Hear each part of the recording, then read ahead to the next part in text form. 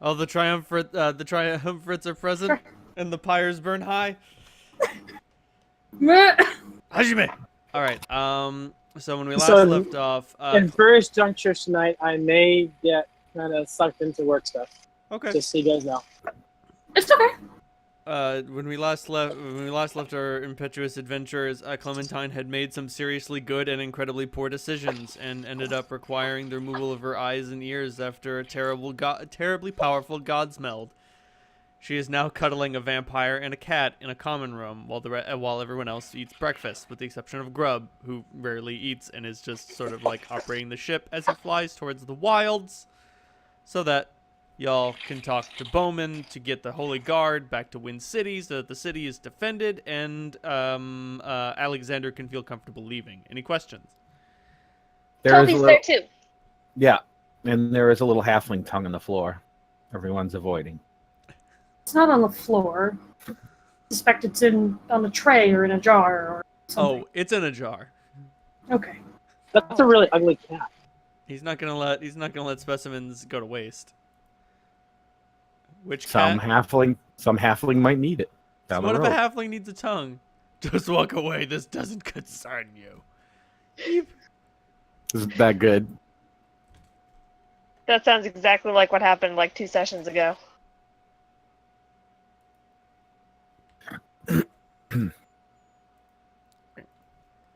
That is almost exactly what happened 2 sessions ago. So does anyone have anything to do before they reach the wilds? No, as I recall, you had already reached the wilds, and like the ship had almost been molested by like a 300-foot long king cobra. I mean, you might have glossed over that detail last No, time. you had joked that it might happen, Oh, but it had actually happened. oh no! I mean like an enormous snake tried to bite the ship, failed miserably. Clementine, you succeed on knowledge nature. Snakes don't have good eyes. It probably didn't actually see you right. It's also probably mistaken in believing that you are something that it can eat, but I mean that's probably not going to stop it.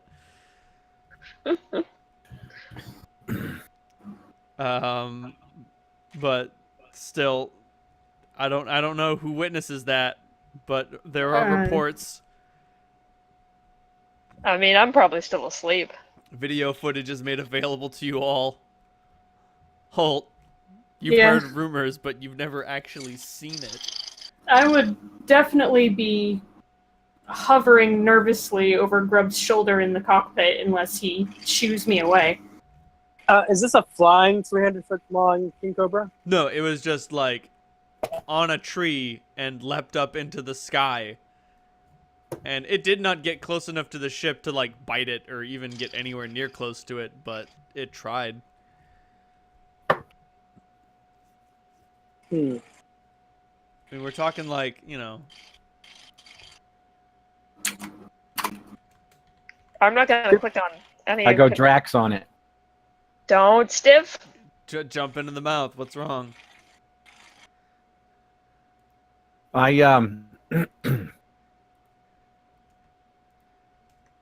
I was definitely working out with Bobo, and when that's done, he'll go find Holt. Let me see how high this thing could actually jump. Ooh, that's a big boy. I think it's pretty much 2/3 of its body size. Okay. Oh. Not including Because its given bonuses to given jump. how snake handlers handle snakes, they Mhm. usually have to get about 30 to 40% of their body weight up in the air to prevent it from getting to them. I don't want to know any of this information. Oh, but they had some young Hispanic-looking kid in Texas, and he's handling the snake. Do it and bang! It bites him. It was a rattlesnake. Uh-oh. Nice. Yeah, it just bit me. It's a king rattlesnake. And the video stops. Oh, I Poor- say he poor dead. kid. You know he dead. So I'm looking up a great worm just to figure out what its acrobatic score is. You don't need to know that. I don't need to know that. In fact, I would prefer to not know that. Okay. Let me look at the acrobatics skill. Let me look at vertical jump. I'm gonna adjust like vertical jumps in terms of like for creatures larger than normal size, rather than a series of feet and DC for that. It's going to be like based on how long the creature is, because it doesn't make sense that like a purple worm that scores a 16 on athletics can only jump 4 feet into the air. That doesn't make any sense. There has to be some sort of relativism involved.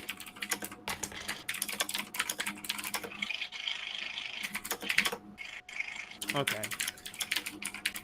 Most snakes don't spend a lot of time off the ground in terms of like leaping. The only ones I remember being able to do it well are black mambas. Okay, so this thing basically jumps 680 feet into the air. Nice. I'm gonna pee. Which is like basically not high enough to reach the ship at all. Perhaps he made a faulty leap, but in any event, the creature goes crashing back into the forest with a loud thud, almost certainly grievously injuring the creature. That's a long fall. That's a long fucking fall. Like, if Godzilla falls down, does he just fucking die from just cracking its skull on the earth? Probably not. But no, he does it a lot. That's fair. He's also Godzilla. Anyway. So that is the size of creature that you can contend with in the wilds. Not that you will contend with, can contend with.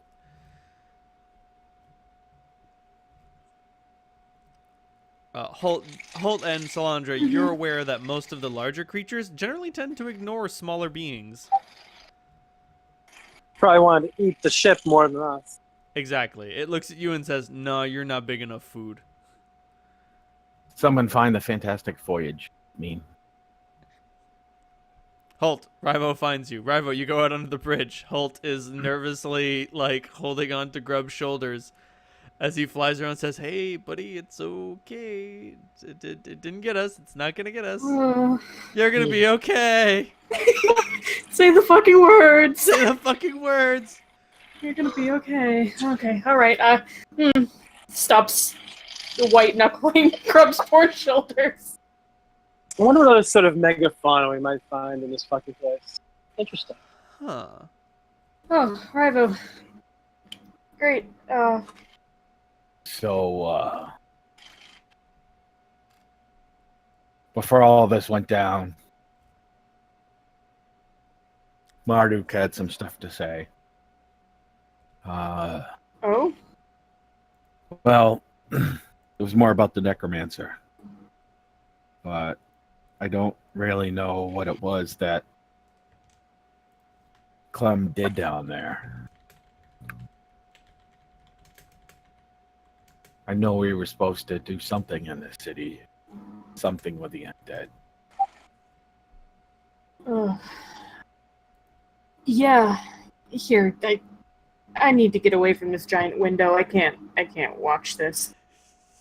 I'm sorry, Grub. I'll get over this fear another time. Good, great. Get over it over there or something.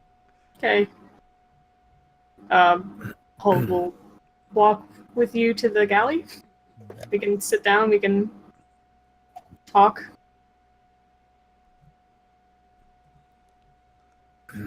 Kaga is chilling with... I should mention, Lobo's 4 guards are Crash, Nash, Gash, and Slash. They're not. Oh, they aren't? Because I have their names written down. Oh, thank goodness. That was way better than my stupid idea. Despite the these are fact their that I names. named them all previously. There we go. Thank you. Pandora, Shiv, Jester, Crater, and Rabbit. He's chilling with... Winning. He's chilling with Jester and Shiv. I thought he was in the city. No, you brought him with you. No, we didn't. We left him behind. Yeah, we left Lobo to Oh, keep peace in right. Wind City. Okay, all right. You see, this is why I'm glad I have you guys around. What happened last session? You guys tell me. It was a test. I'm just testing you. I don't make Right, mistakes. right, yeah. Yeah. You could start recording. Okay, that's a wrap. We're gonna start over. Boom. We're gonna start over. No. So,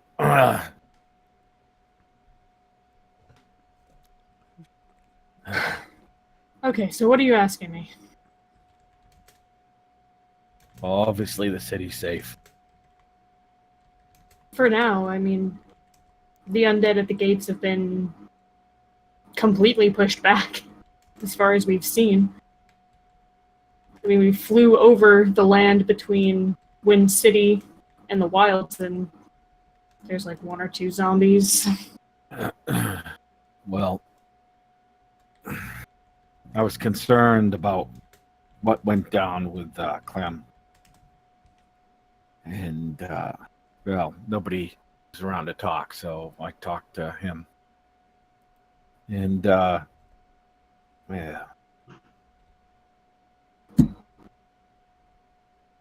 What did he say? He said she could handle it, and she did.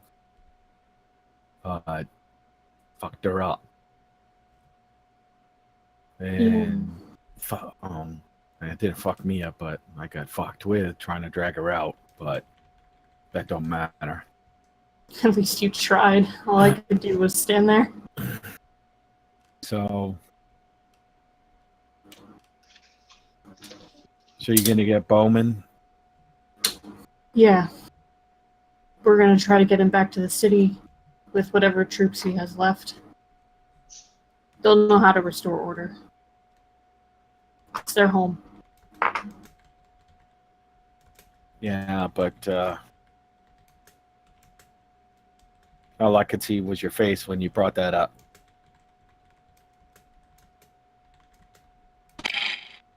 Yeah, oh, it's Hopefully you couldn't hear me talk. You couldn't hear me talk to my mother. not at all. Nope.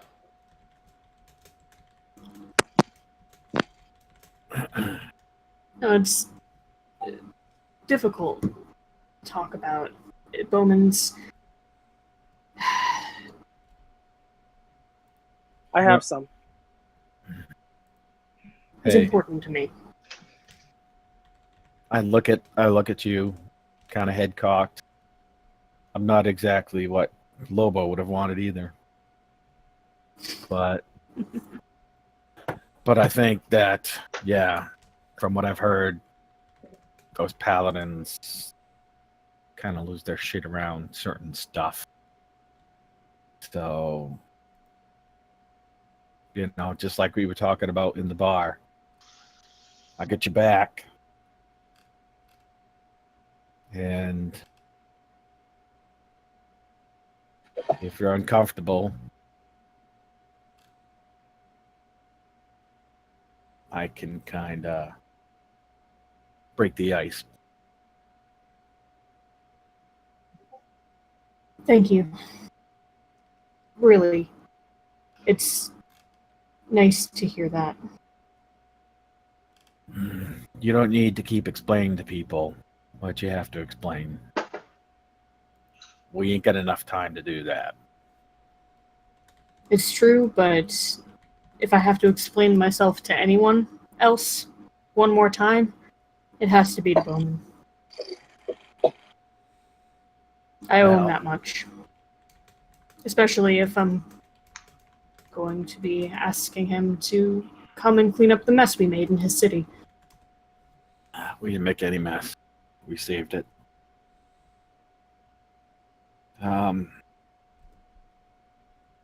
That brings me to the second part. Marduk seemed to indicate that he appreciates my efforts, and he mentioned something about being able to help me face the necromancer. Holt kind of just looks at you for a minute, gears turning. I know that we only beat back some of his forces, or Clementine did. So what, Marduk's telling us to deal with the necromancer post haste?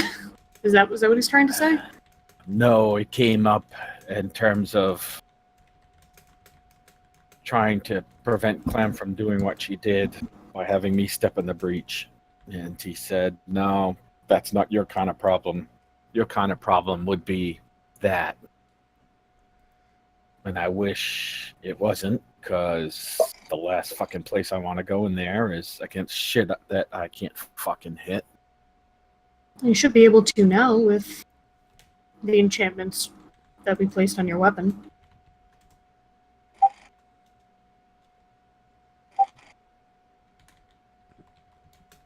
Well, I don't like relying upon that shit.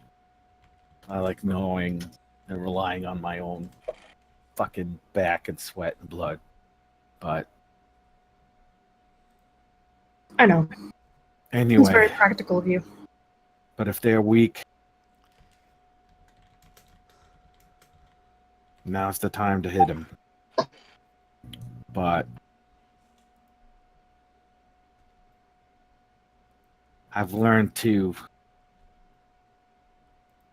hide and bury a lot more fear than I should. And Marduk wants me to exercise more control. But I'm not a knife. I'm a fucking tree falling in the forest. Holt just nods.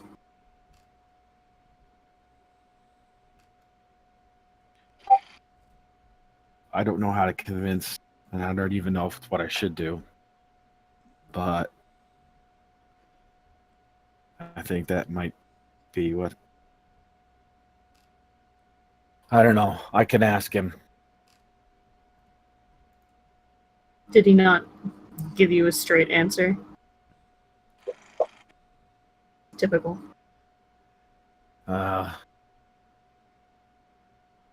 He looks at you again. He cocks his head the other way.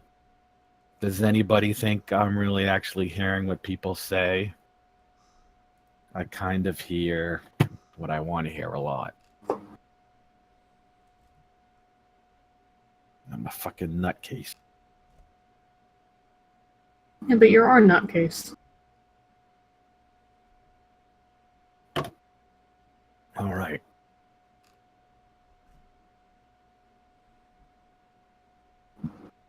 I know that So- you don't like all this responsibility that has been placed What on is your it? shoulders.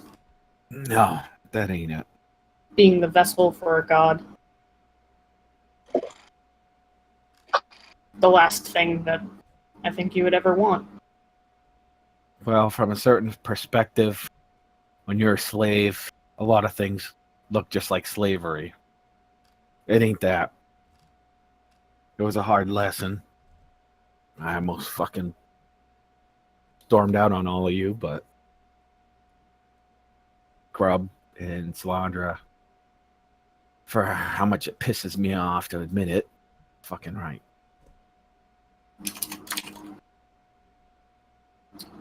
And if I'm gonna get my key and do my part to make all of this fucking better,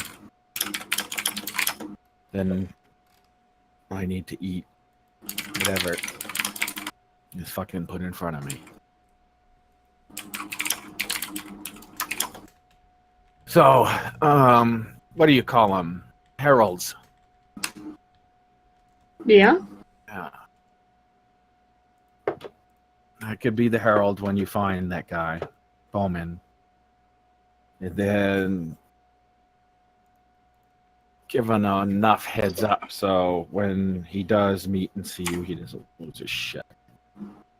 And he knows that, well, I don't know. You deserve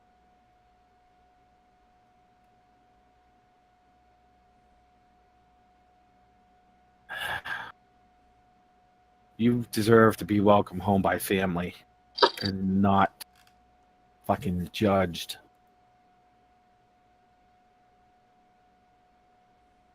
So It's I think you deserve better than that. So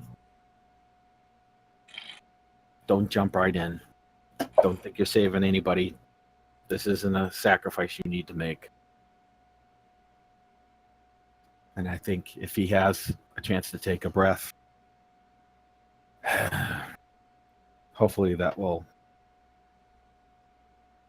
Either it'll work or he'll say, "Why didn't you just come tell me yourself?" He says in an approximation of a haughty paladin tone. Yeah, we had lots of time to do that. Yeah. All right, so I mean, we should be nearly there. Unless another giant snake manages to catch us this time. Rawr. So you run that necromancer shit by Salandra. You guys figured that stuff out. Clem's down for the Resting. count at the moment. Yeah, should be fine. And if you all think that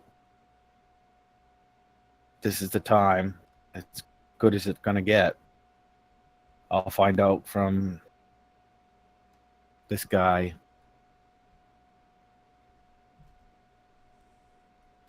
And yeah, she better get off that med bay table quick. Mm-hmm. Alright, let's go find the elf.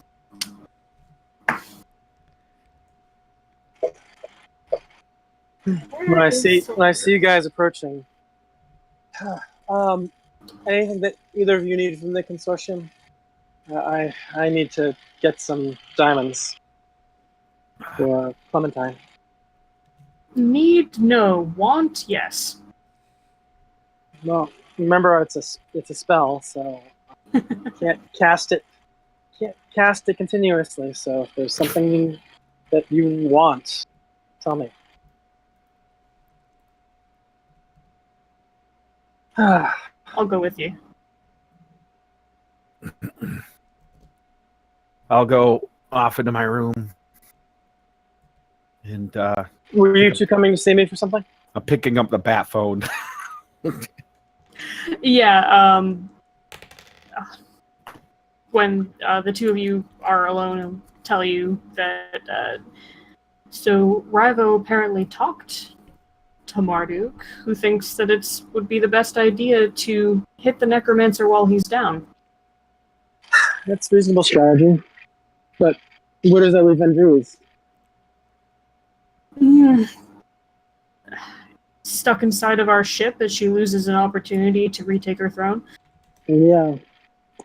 So, I think it's the best move to go to the graveyard, but you're not going to be scoring any points. I can tell you that much.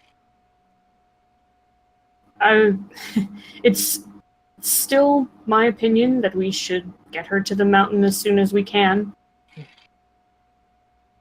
I don't think that the necromancer is in a position to get any more powerful in 16 hours. Yeah. Well, the one wild card in that is Thinking, yeah. well, yeah. I won't. I'm not trying to No, it's fucking okay. No, I give made you a hard it time. myself. No, the one wild card is that are we just going to drop Vendruz off and get the fuck out of Dodge, or are we going to help her? I think that if we bring her to the mountain, then we kind of have no choice but to drop her there, and I hate that because I care about her, and I'm invested for multiple reasons in her success.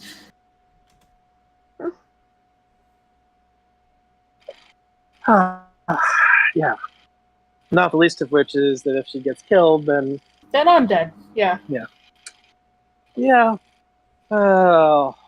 It's a mess. Yep. But when has Okay. it not been a mess? If we can clear up the necromancer quickly, that's not a problem. But either one could suck us into another fucking sinkhole. Campaign. So, let's get Clementine back on her feet. That's our first priority. We have to get back to Wind City. with Bowman, see if we can collect Alexander, and then we should get some clarity. At this point, I'm leaning towards going straight to the graveyard. Okay. But I'm willing to be talked out of it because I see the argument with Vendries. It's a big advantage to us if we can get the chosen stable. But in every hour we screw off on that, it makes everything else a little bit further away. It's true, but if she can get established on the mountain, then that completely cuts off Doskius from any support. Yep. Oh, that's what I'm saying. That's the most appealing thing. Getting the mountain stable. But frankly, I think that I would rather sort out the graveyard, go to the mountain, and help her. It was strange when Ravo was talking to me. I couldn't tell if it was just he's frazzled with everything that's happened with Clementine and the state that she's in, actually talking to the god in his head, all adding up. But it felt like there was something he wasn't telling me. Well, Maybe he has a plan? I have a guess about... You understand at least a little bit what Clementine was doing, right? Yes. What was going on. Rival was with her for a really long time. Away from everyone. And I don't know what that interaction was, but whatever it was, he seems different. I haven't really had a chance to study it, but I mean, he's young. He's a young guy to begin with, and that was probably a good chunk of his adult life spent in insanity, and that's got to have a fucking impact on someone. I mean, he's been through lots of horrible crap already, and I know Clementine didn't intend to do something bad to him, but I don't think it was good for him. I hadn't thought about it that way.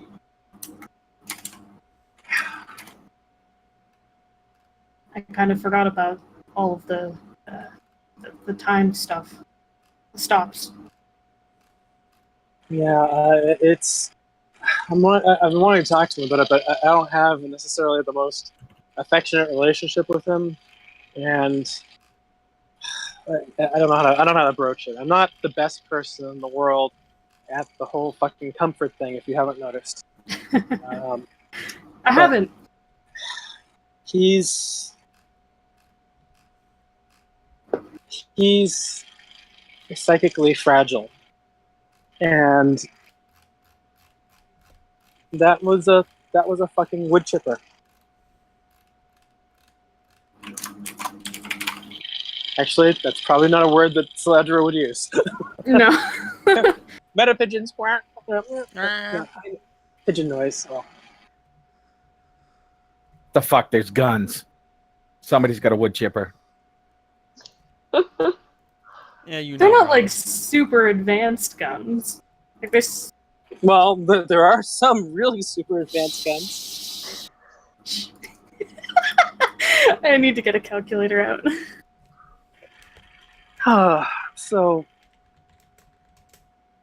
if he seems different to you, I'm not surprised. I'd be surprised if he's not, frankly. I mean, what do you now hold? Like 38, 39? Yeah, around there. I think Rivo is probably around 19 or 20. Oh shit, really? Yeah. Oh, you seem much older than me. Remember, he's a half-orc. They hit the maturity earlier. They hit all the milestones a little earlier than humans do. Unfortunately, I know about that. And he's been through fucking hell, so has more scars than most people in their 50s. So, if I do the numbers right, I can't. I might be skipping variables, but he was probably there for, just based on what my uncle was saying. He was probably experiencing a time dilation a lot more, maybe 6 months, maybe a year, with a lunatic Clementine, Oh, goodness. or lots of lunatic Clementines.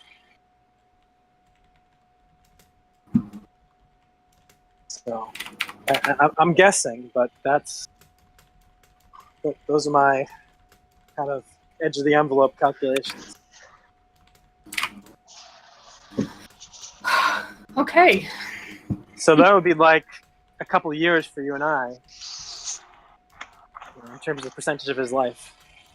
That's pretty. It's pretty harrowing. I mean, we crunched the math.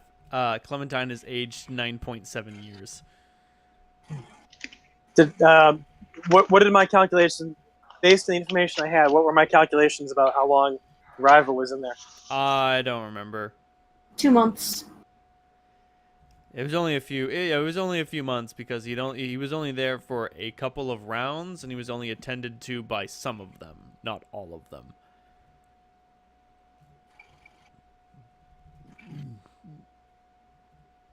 Well, it couldn't have been a particularly fun experience for him. No. So let me summon the course consortium and get these diamonds and get our girl on her feet again. Hopefully she doesn't decide to do that anytime soon.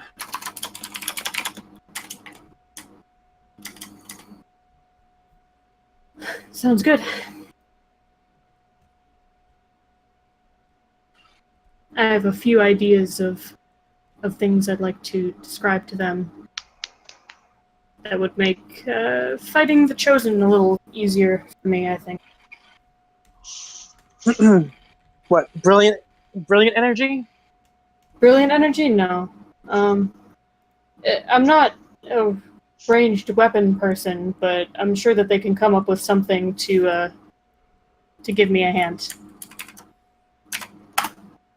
Okay. I don't really remember in the contact consortium. Can I let someone else speak to them, or is it just me? You may have someone else speak to them. All right, I will summon whoever is the next in rotation. With our luck, it'll probably be Drax. No, unfortunately, you get someone much worse. Oh no. She looks like this, and she's a total bitch. I like her.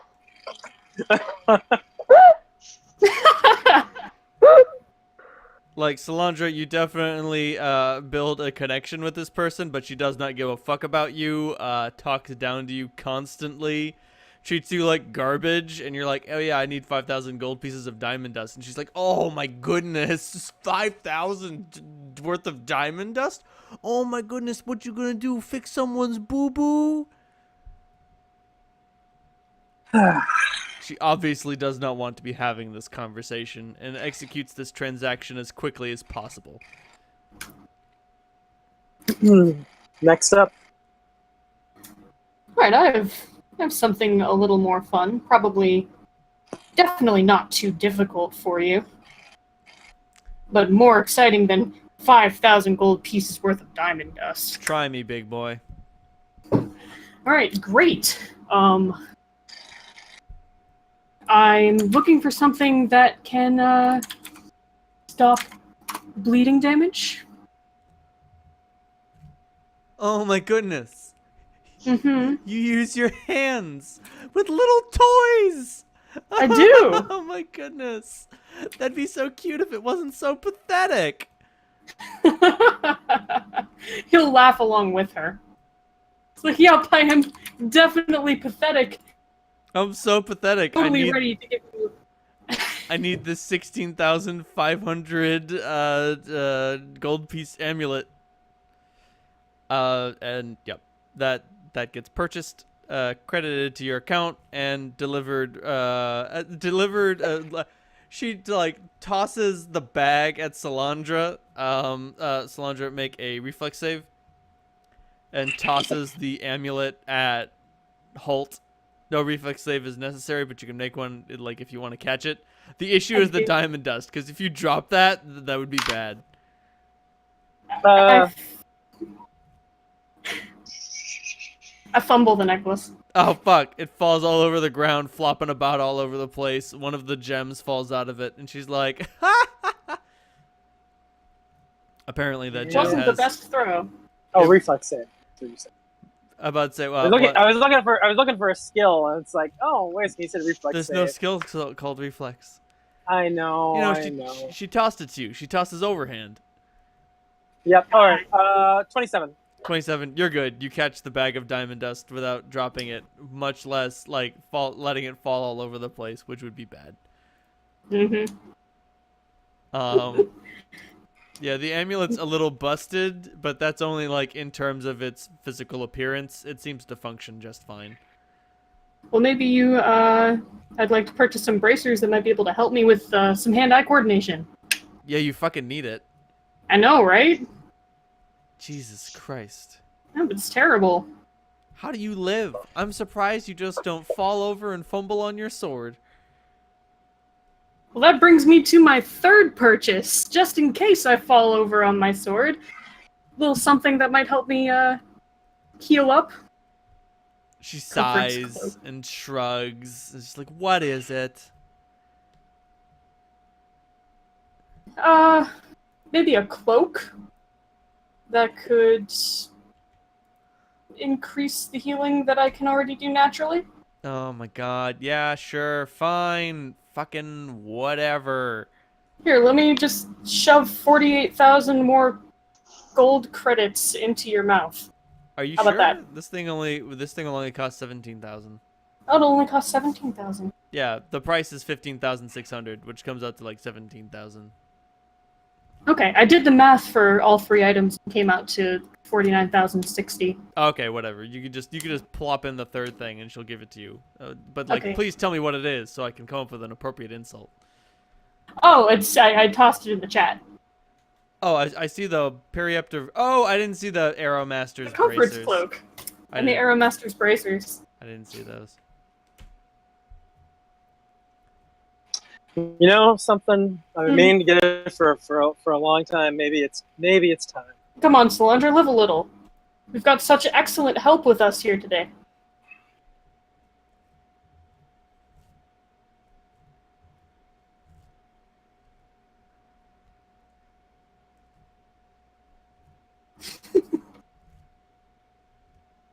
Holt will have to deal with Salandra and plate mail. Really?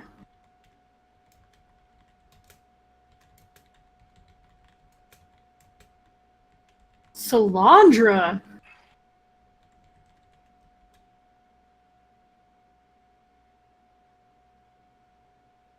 Oh, I like this.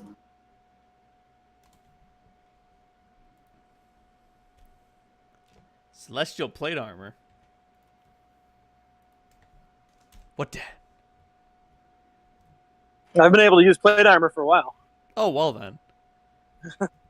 Remarkably light, And it this is is- treated this- as medium armor. It has maximum dex of +6, an armor check penalty of -3, and an arcane spell failure of 20%. It allows the wearer to use fly on command as the spell once per day. I have no arcane spell failure chance, so that's I mean, Vegas. especially not for medium armor. So, this should be good. Go for it.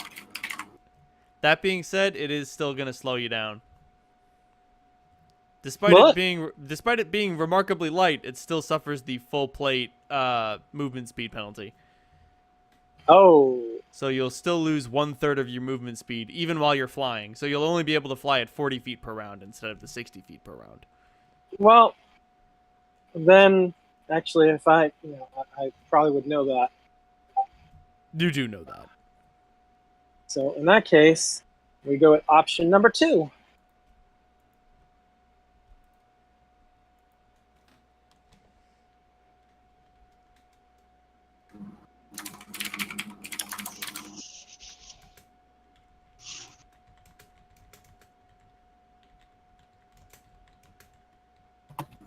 Poor Clementine.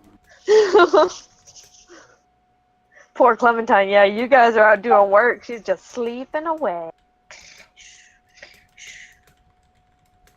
I should probably go and see what that is. Holtz, you could always get the celestial plate mail. It would work very well for you. It would be nice, but I kind of like the enchantment that I have on my current chainmail. The whole deathless thing. It's pretty good. Especially if we're going to be going into the graveyard. About to say this celestial chainmail will be fine. So it's got like a +8 armor bonus. I think chainmail is like a +6, and then it's a +3 on top of that, so it's a +9. Let me look it up because I think chainmail is only a +5, and I love to watch you fail. Chainmail or chain shirt? Oh my bad. Yeah, Chainmail. chainmail. Chainmail, I think, is +6. Yep, it is. I forgot they raised all of the armor bonuses by 1, and not all of them, but most of them. Yeah. Holt's going to give our consortium representative a little bow, take his items, and leave.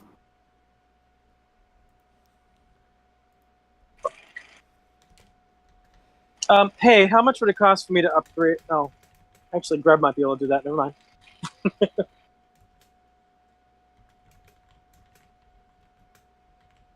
I'll stay as it is for now.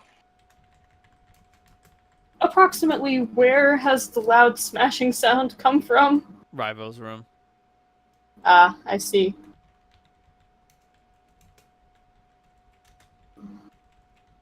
I start walking over there, pause to toss these things onto my own bed, and knock lightly on the door. Rivo? The You door okay? is shut. The door is shut. Yeah. It slowly opens. He sticks his head out. His face and his eyes are bloodshot. His face is absolutely beet red. He's smiling. And through his teeth, he says, "I'm fine. I'm busy. Go away." I walked over with Holt, and I was like, Sure. Just let us know if we can do anything to help you. Sense motive. Well, He points to his head with his fingers and smacks the middle of his forehead. "I'm busy." I got a 2 A on 2? sense motive. Yeah, he seems fine. You know, he just He's fine. gets like this sometimes.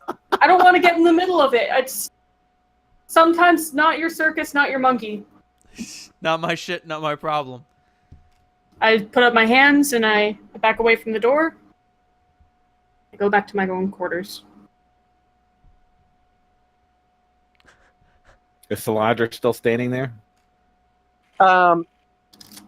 if I thought you'd close the door. No. Ah. He actually I- looks around. He grabs you by the arm. Actually, fucking get in here. What the fuck's going on?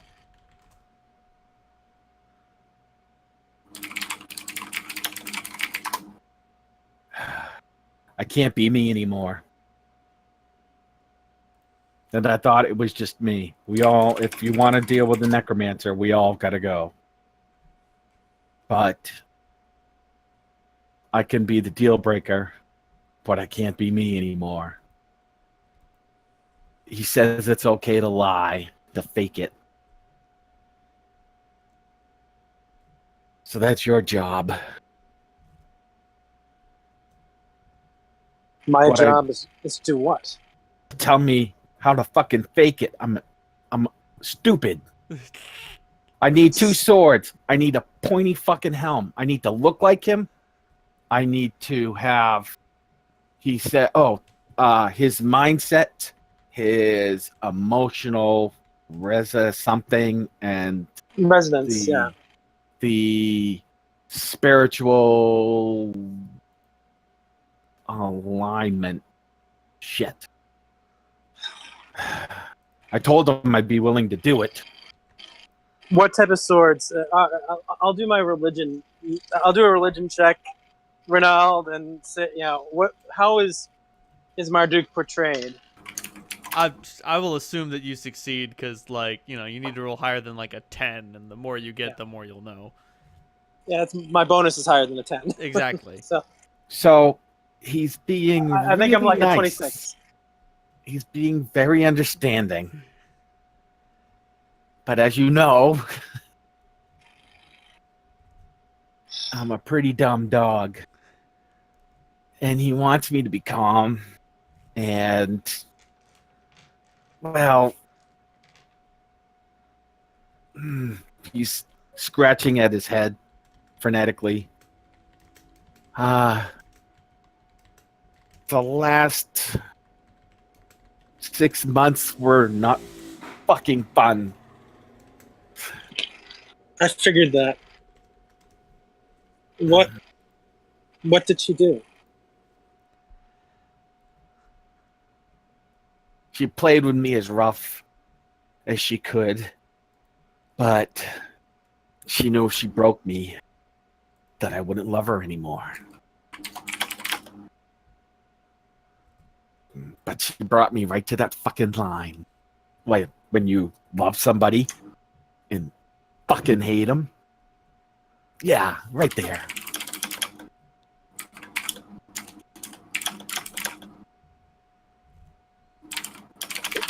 Now It wasn't just her. I know. Everybody says that, but you weren't there. I know. It was partially her. No, this was like me when I fucking lose it. Okay, yeah. See, if it was just Dogo, she wouldn't have said or done the things that she said. Because, well, if I said anything in confidence to her since I've met her, well, that was fucking used against her. So. Why is Rivo speaking with a lisp? I'm trying to figure that out. It's a new mic, Dave. Oh. I thought he had lost a tooth or something. Sorry. No, I don't think I knocked out any teeth. No, I'm channeling a very grimaced face.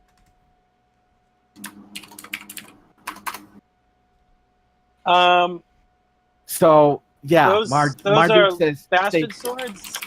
Stay calm, and those are great swords.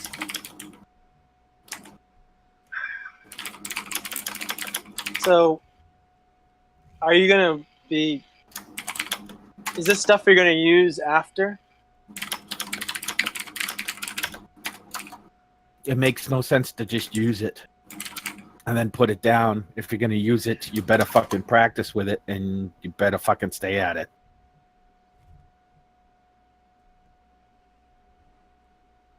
He also said we're gonna need to walk back in, and it'll be all of us. But that's if you guys think this is what we should fucking do. Because my hands are full just keeping my shit in my fucking bag.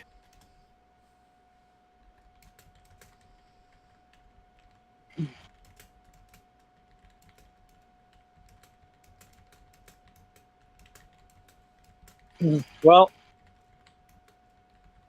those weapons could be brilliant. Or they could just be like...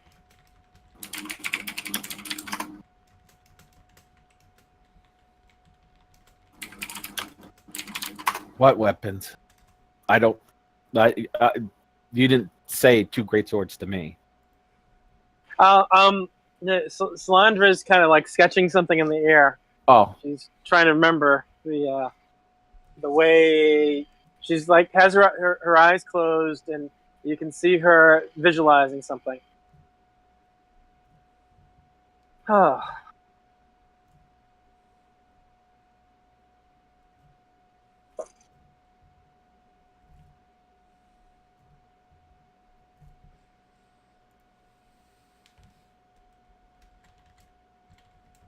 Actually, the armor kind of looks like celestial armor, but I'll be back. Oh, one more thing. Yeah. When we get to Bowman, I'm gonna be the herald. Holt doesn't need to fucking carry that weight, and he needs to take a fucking step and a breath before they fucking have a talk. It'll be good practice. It'll be interesting.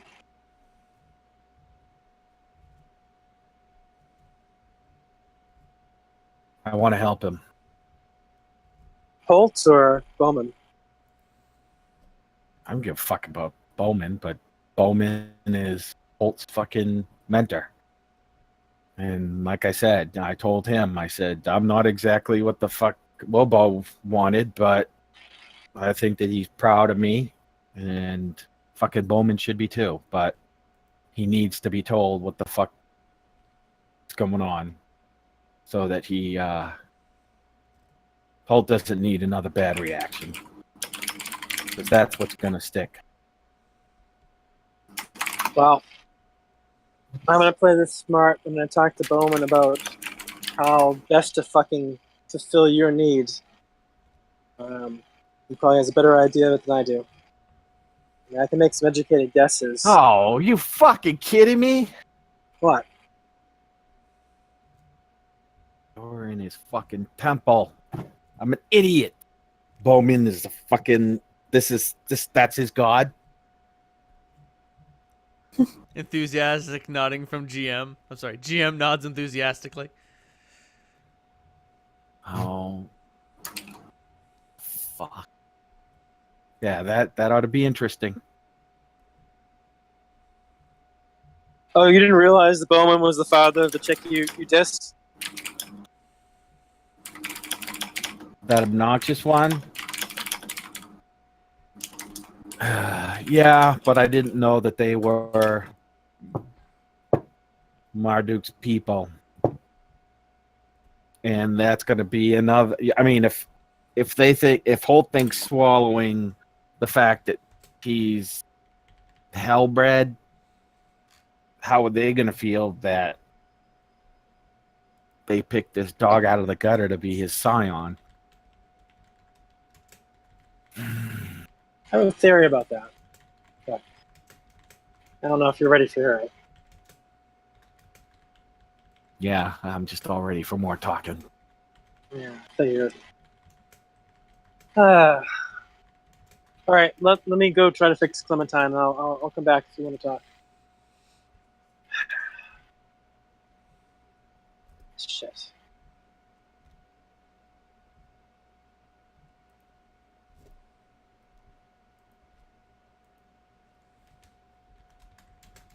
Am I suffering enough, Reynold? You are suffering exactly the right amount. It's Shut up. delicious.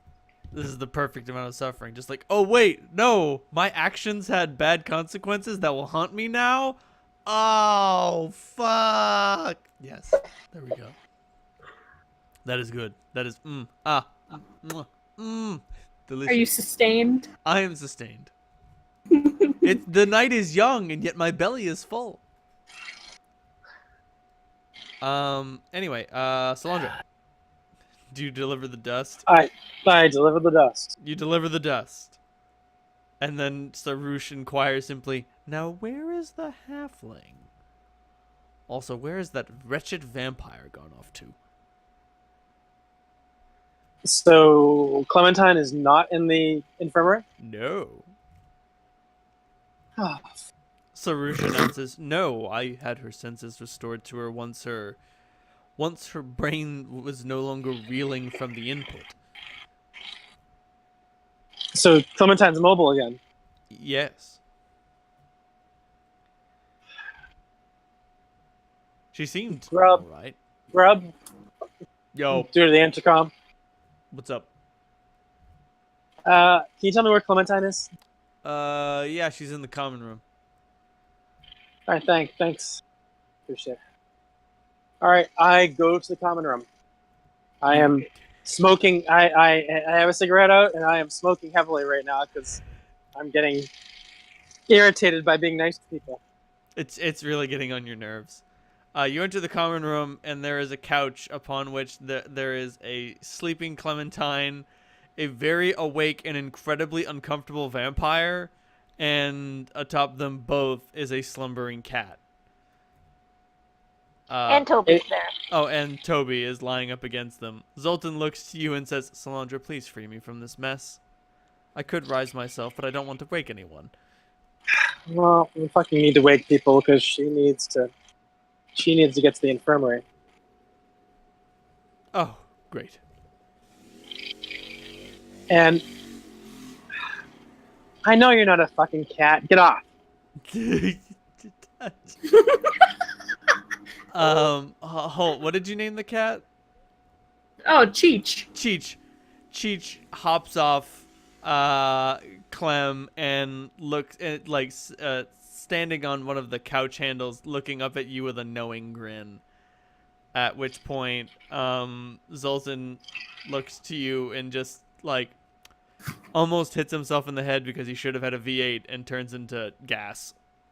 Turns into mist and then reapparates away from Clementine. Clementine, there's fewer things to cuddle. That much you are aware. Clementine, you want to go for a little walk? No. What? Let's go on a little walk. Mm-hmm. And she just kind of very sleepily reaches out and just grabs whoever the first living thing is that she happens to touch. It's probably Salandra, but it could be Zoltan. No, Zoltan is missed. Oh no, he unmists. Oh yeah. There's just a quick, wait a minute, I can get out of the situation without disturbing anything. Why didn't I think of this sooner? Oh wait, because I always think of my vampire powers last.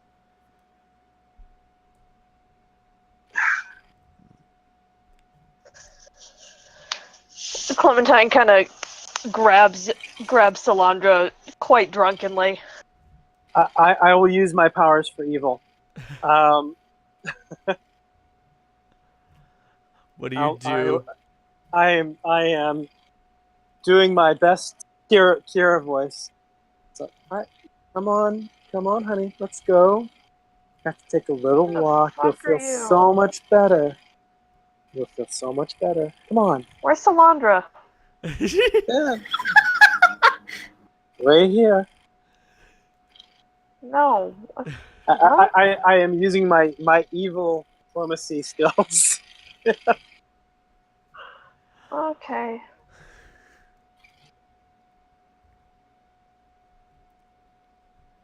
She is led. Just it's Salandra's really not that strong, so carrying Clementine probably she can manage, but I would say Clementine's like 35 pounds. You can you can probably carry her. Like, that's the weird thing about halflings. Like, they're so small. They're not even that small, but they weigh so little. They're like birds. It's a square cube law. You pick up Clementine in your bony arms and cradle her all the way to the infirmary. How long does it take to cast restoration? Burp. 3 rounds. Put her on the operating table, and 18 seconds later, she gets all her wisdom back.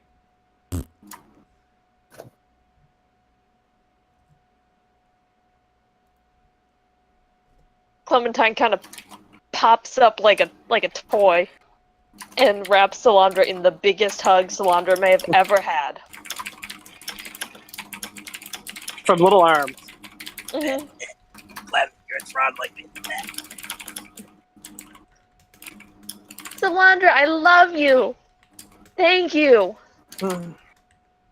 I can hear everything now. Yep.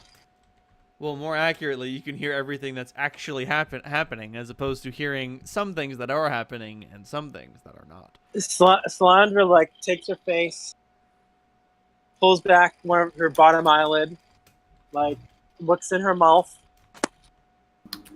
takes a look at her hands. Don't fucking do that to us again, please. No, never again. You notice that maybe she just looks tired, but I don't know. She looks kind of different. Alright. Not really my place to say this shit, but I know he won't. What? What went down with you and Rivo didn't. It wasn't good for him. Is he here? Is he okay? He's okay, but he's. I kept trying to find him, but it was like there were probably 100 fuck. Scooby-Doo-bop-bop-a-doo.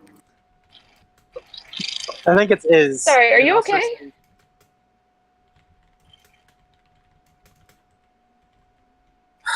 I can take you down. He's making decisions that are kind of surprising. How long was I asleep for? Not all that long. It's been less than a day, right? Yes. Yes, it's only been like a few hours. As you are walking, Clementine is holding your hand. How long were you there, Tom? She just kind of blithely ignores your question. So what are we making decisions about? Our next stop. Where are we now? In the wilds, getting ready to pick up Bowman. Okay.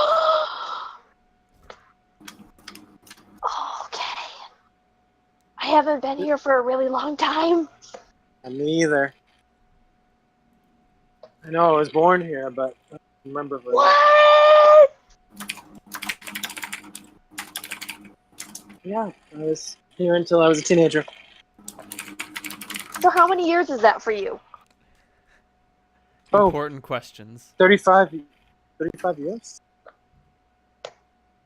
36 years? I'm not Okay. really sure.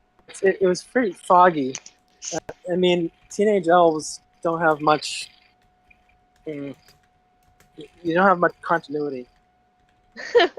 Everything just kind of fucking blurs together.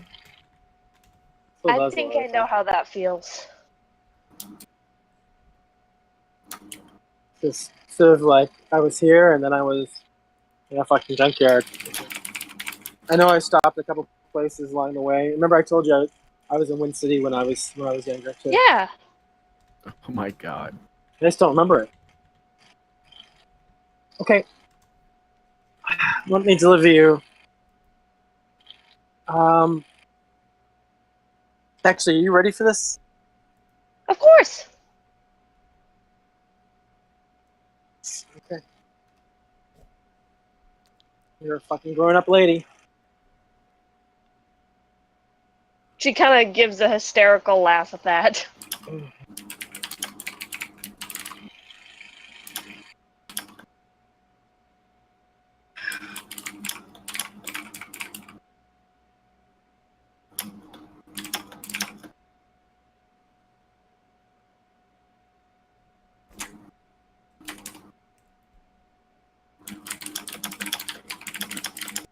So, I'm leading with an apology, and just staying on that note might be your best bet. What?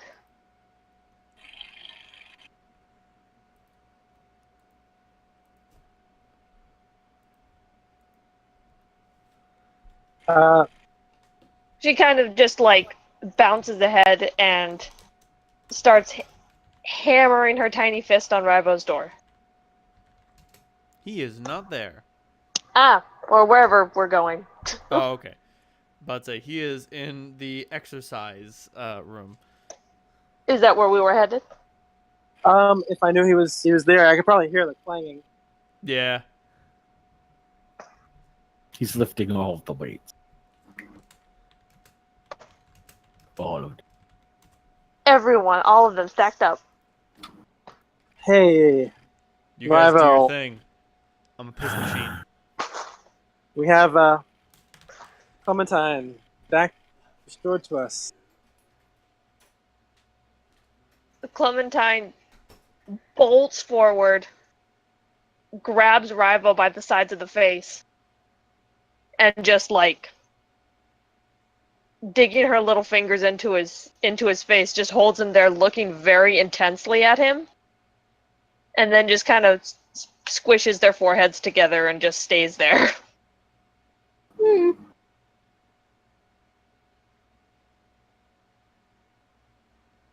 I found you!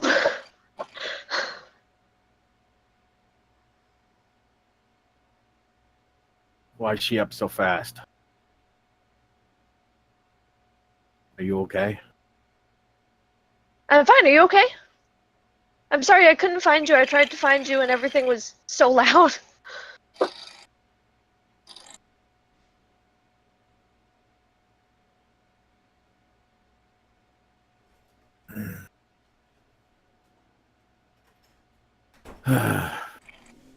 Yeah. I tried to get you out. It didn't work so good. Oh god, this guy's motorcycle is so frustrating. He goes in and out of the driveway like once every 20 minutes. Same guy? Oh yeah, it's the same fucking guy. Why? I don't know. Where is he not going? Get him some Post-it notes. Make some fucking list, dude. This I can only have one chore in my head at a time. This list is to tell you to make some fucking lists.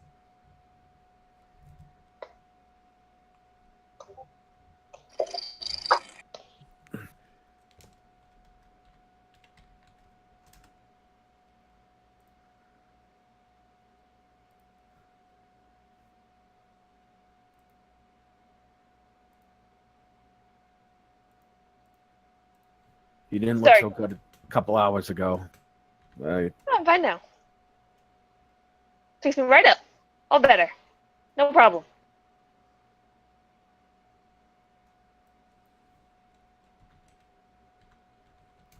Good.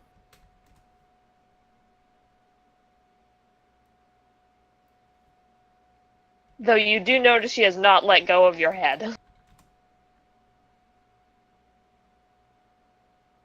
So, I got a lot of shit I've got to do.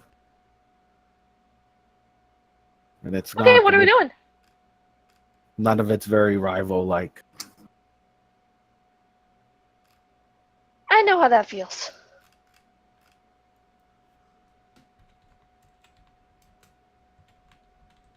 Where are we going? I think I'm going to talk to Bowman. Salandra. I love Bowman. Yeah, it's gonna be fun. His daughter doesn't like you.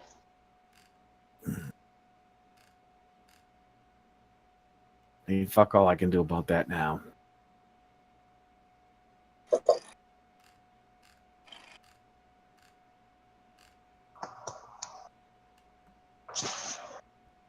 So wait, why are you the one talking to Bowman? You're Because not I our don't- usual face man. Because Holt deserves better than that kind of first impression. Somebody needs to step up, and I'll do it. That's so sweet. And Salandra pointed some shit out, and yeah, she should probably be there too. Can I come? Well, that kind of makes the whole Herald thing stretch, because then it'll be weird that Holt isn't there as well. Oh, I should go with Oh. Holt instead.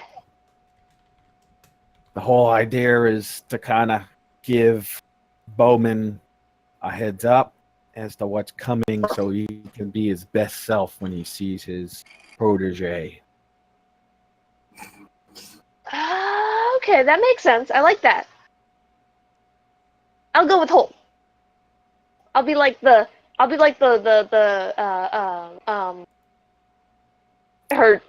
She's like trying to get used to her new tongue. The person that holds your cape when your cape's really long. You need to eat and sleep. No, I've already slept. I've slept for like hours. You slept for 2 hours. Yeah, that's hours. 2 of them. I mean, restoration makes the subject completely rested. Well, I don't know that. I mean, yeah, but just like she seems strangely wired for someone who has suffered so much. Well, yeah, she's fucked in the head because she was in my stupid. I mean, she was in there for years. So, Right.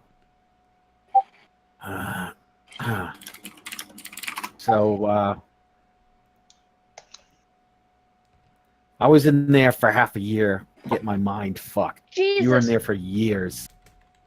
So I hope that you don't remember much. I remember nothing. And everything. I remember what the dirt in the city tastes like. There are so many disparate dreamlike flashes, it's fucking impossible to keep track of any of it.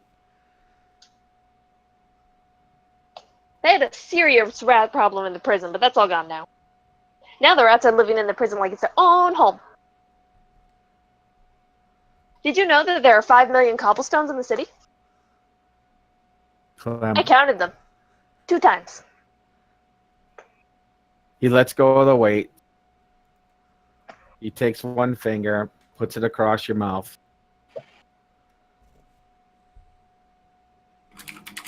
That actually does shut her up.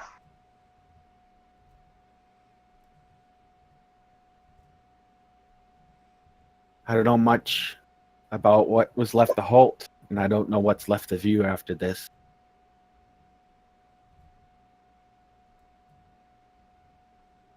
You didn't treat me nice, and I can let that go. Slow the fuck down, because I don't know how much of you and him is still in there.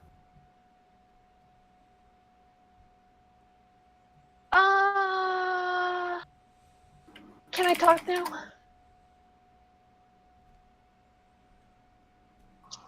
Yeah, everybody thinks talking's gonna make it better with me. Why should you be different? No. Let me show you.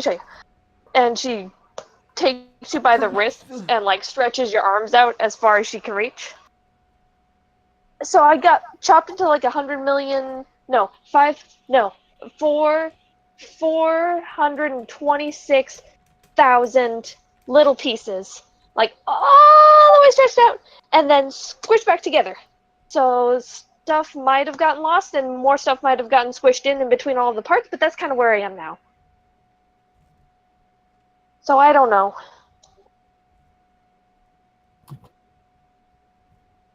Sorry, what happened? Are you okay?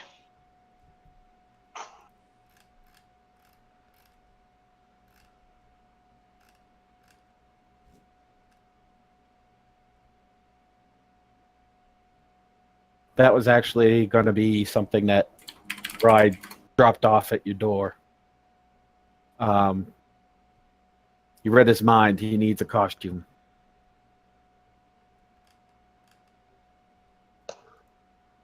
Okay. So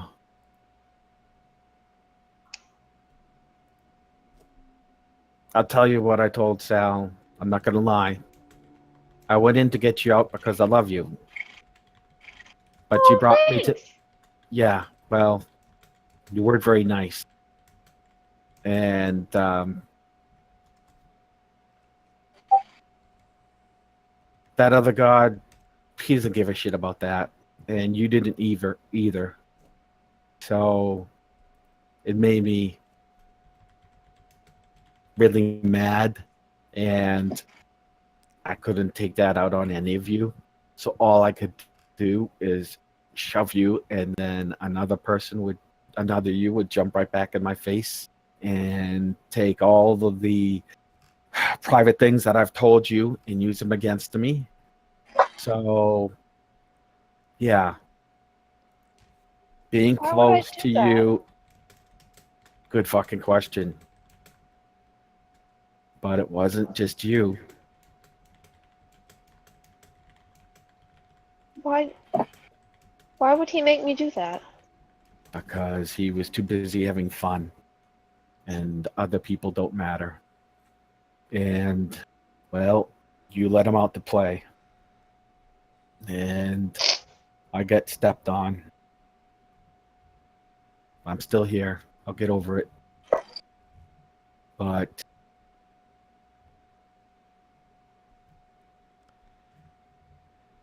there's some things that I've come to understand that you're going to have to decide to drop if there's any us.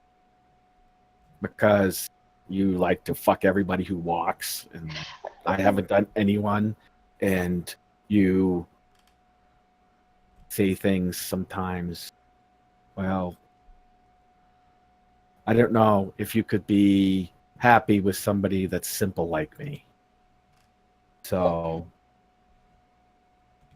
you might want to think about that. Because you push and push, and what means nothing to you means a lot to me. And I'm just not going to be that next guy or girl. You feel me? Yeah. And if that's okay, and you're not going to hurt my feelings, if you being you is fine. I've been alone forever. And it's not like I've made a lot of room in my life. You're small. I think I can fit.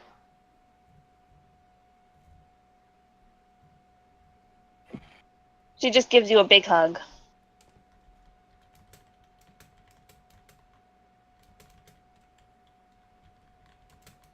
I'm glad we got you. Glad we get you out. I'm sorry for what I did in there, but you were the one that I wanted to join us. And I thought it would be fun. And I was really wrong. But thank you for coming in after me. Now, like I said, you were letting him out to play. I don't want to do that again. We may have to. But the good news is Marduk's going to let me cheat, I think. Sal can figure out how to cheat.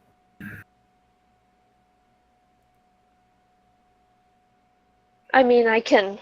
She kind of taps her head. I can ask him for ideas. That's kind of his thing. Clem, you would love to ask Dogo anything, but this is what Dogo is like right now.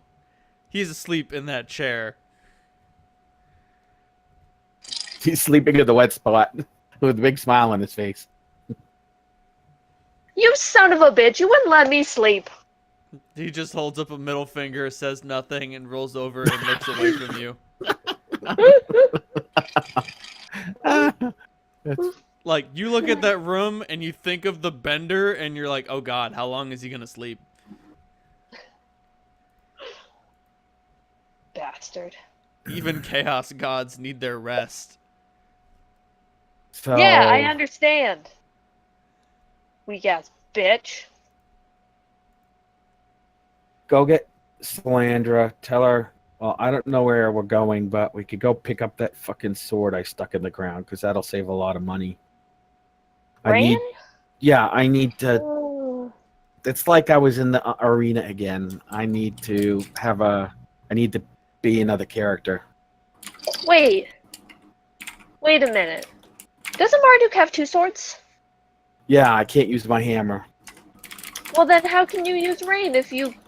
She won't let you use another sword. No, not Wait, is rain. Rain a boy or a girl? Rain's in the hole. Oh, I'm gonna raise my hand. Do you want me to tell you what happened to Rain? Or do you want to go on with this? Oh no, please tell me what happened to Rain. Send me a private message of what happened to Rain. Yeah, but it's not rain. It's not rain that they're looking for. It's the great sword. Yeah, That he dropped that in the graveyard. It was like right before we got hit by the corpse orgy. no. When we got out to the top of the pass and we were all sitting on the oh, side right, of the right, lake, right, right. I No, stuck but when we fought the corpse orgy, you didn't have a weapon. Remember? no, I stuck it in the ground at the edge of the lake in the mountain pass. I That had was the rain. sword. That was rain. That's where rain is. The great sword you dropped in the graveyard. Oh, I just dropped it. Kinematsu's in the graveyard. In the graveyard, yeah. Because Okay. it made unreasonable demands of you.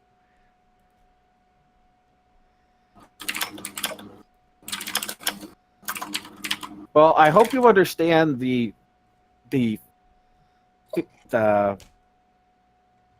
philosophical crutch about Rivo and all of this.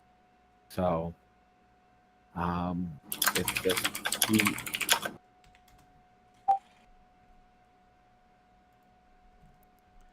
it's a bitter pill for him to take to realize that he's not a scion because of he was of any worth. He just happened to be. It's almost like a random fucking thing, and now he's got to not be him and to do something. So it's very antithetical to everything he is to do this, but he'll do it. And X and I had more in-depth conversation. So. Excellent. Anyway, so yeah, I've got to be a new character, and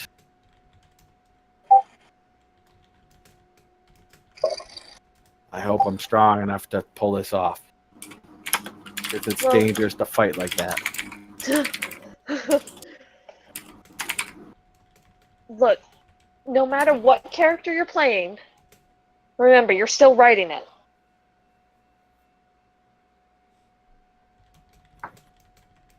You're a hell of a lot stronger than I am. You're going to be able to weather this in ways that I couldn't. He's gonna let me be me. I can't rage, but I don't have to get rid of it. Okay. I've been very nice.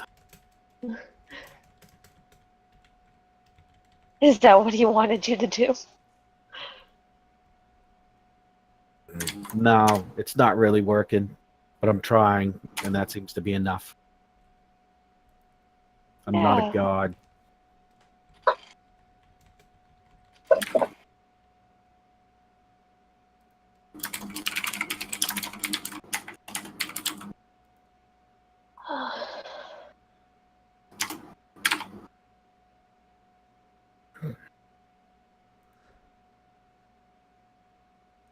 You're gonna love my outfit. I can't wait to see it. No, what I have to wear to go see Bowman. It's fucking funny. So You get to carry a trumpet? that gear is not going to be there for your meeting Bowman. Oh no, Dave! It's outside of what Rivo has in his pack. Oh no, I mean, the picture that I thought you were talking about the picture that. No. This is something else. So, Rye's like, all right, let's go get cleaned up. That's a very good idea.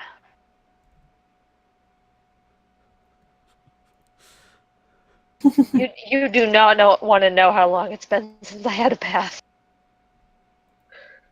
Oh god, it's been years. The Literal accumulated years. filth.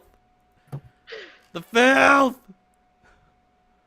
Do you think Dogo stops to bathe in the middle of a party? Even if it's a 9.7 year party.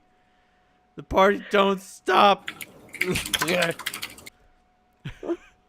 Also, I thought that gif would appropriately represent Kaga's surprise and appreciation. Excellent. Good.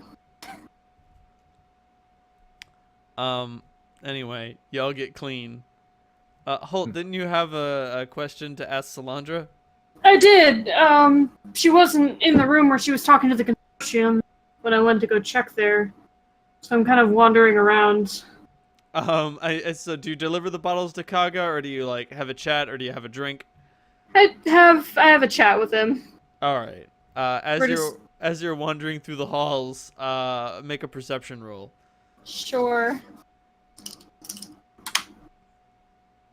A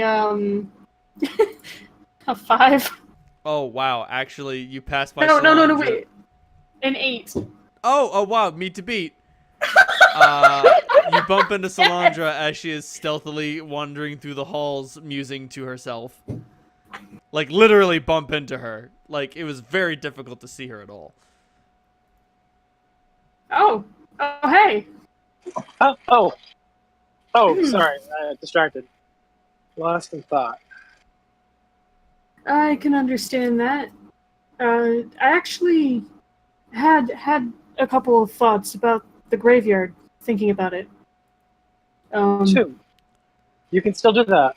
Oh, sorry. Yeah, no, I can. I had a little bit of help, though, if you know what I mean. Do you remember the crowds of the undead after we freed Drax? Yeah. Particularly that fucking corpse orgy thing. Ding. Right. I couldn't think of the name of it. I try not to. Kinda suck. God, what a man. Thanks for bringing it up. The next time, just give me a paper cut and pour some lemon juice on it, you piece of shit. Where's my bleach? I need to fucking drink it and apply some directly to my goddamn brain. Somebody get the brain bleach.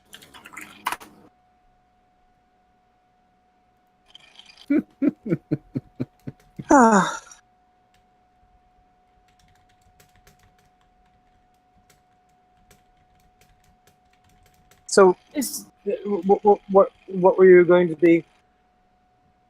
What was? You asked me to remember it, but I feel like you had a point. I might have. It'll come back to me. How's Clementine? Did you get what you needed for her? Holt, your lying hasn't improved dramatically. It's actually He's gotten not worse. lying. What? He's not lying. He's not lying. No, he's not.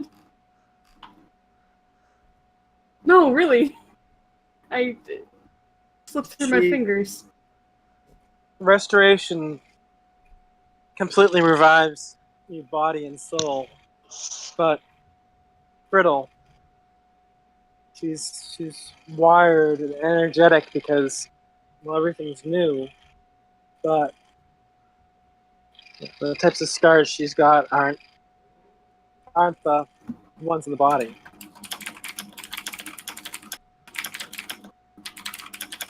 I'm hoping that she and Rivo can come to some sort of understanding because he's pretty fucking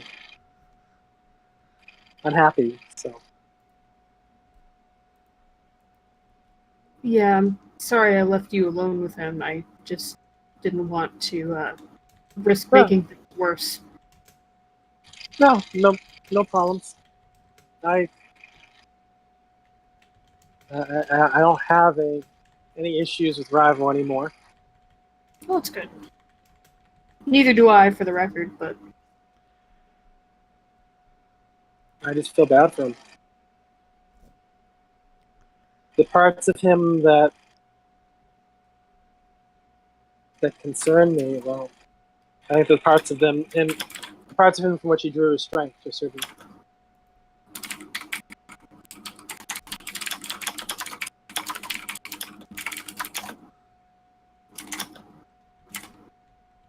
Well,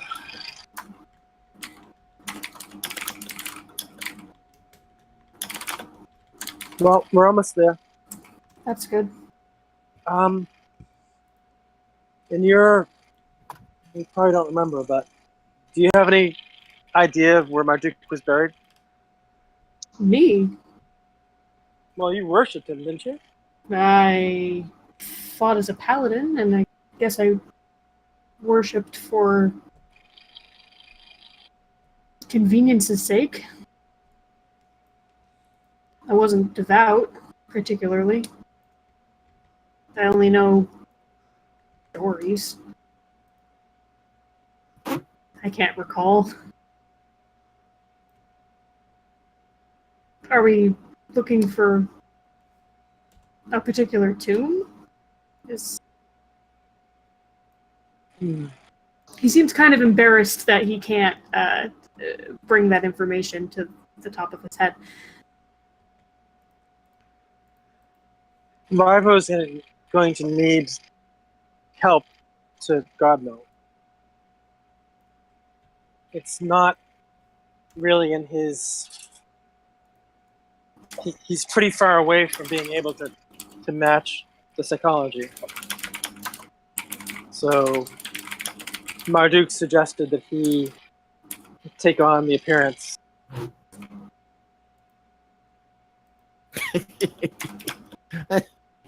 It's been on my character sheet forever. You might as well use it. Welcome if you got him. You have that costume? Yeah, it's my executioner outfit from District 6. You're not wrong.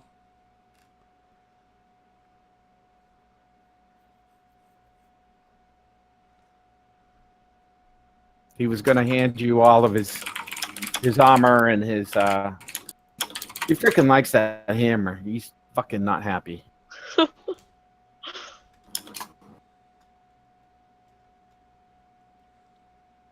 Sorry, who does he hand it to?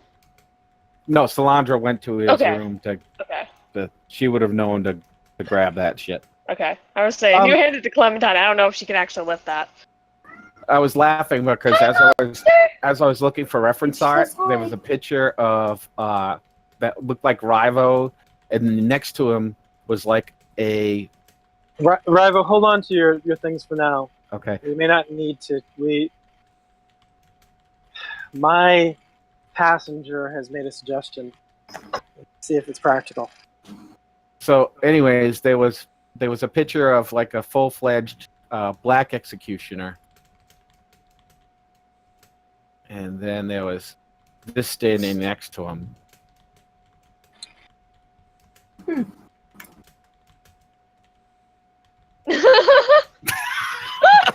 So That's adorable. Ryan Clown, the little wedding outfits. Jesus. That's cute. Didn't Severin start really young as a torturer? Yep. That's. I love that book. I love that book. Yeah, I remember. I'm trying. It's been such a long time since I've read it. Nope, that's what he did. He was very young. He was a traveling judge, and he went from village to village to dispense, just like Lincoln was a traveling warrior. So he traveled around to... Yeah, but before that, he was a torturer. Kid. And he just walked around with that huge-ass sword. And nobody fucked with him because he was so badass. Terminus est. Yep. Metal. Has anybody else read that?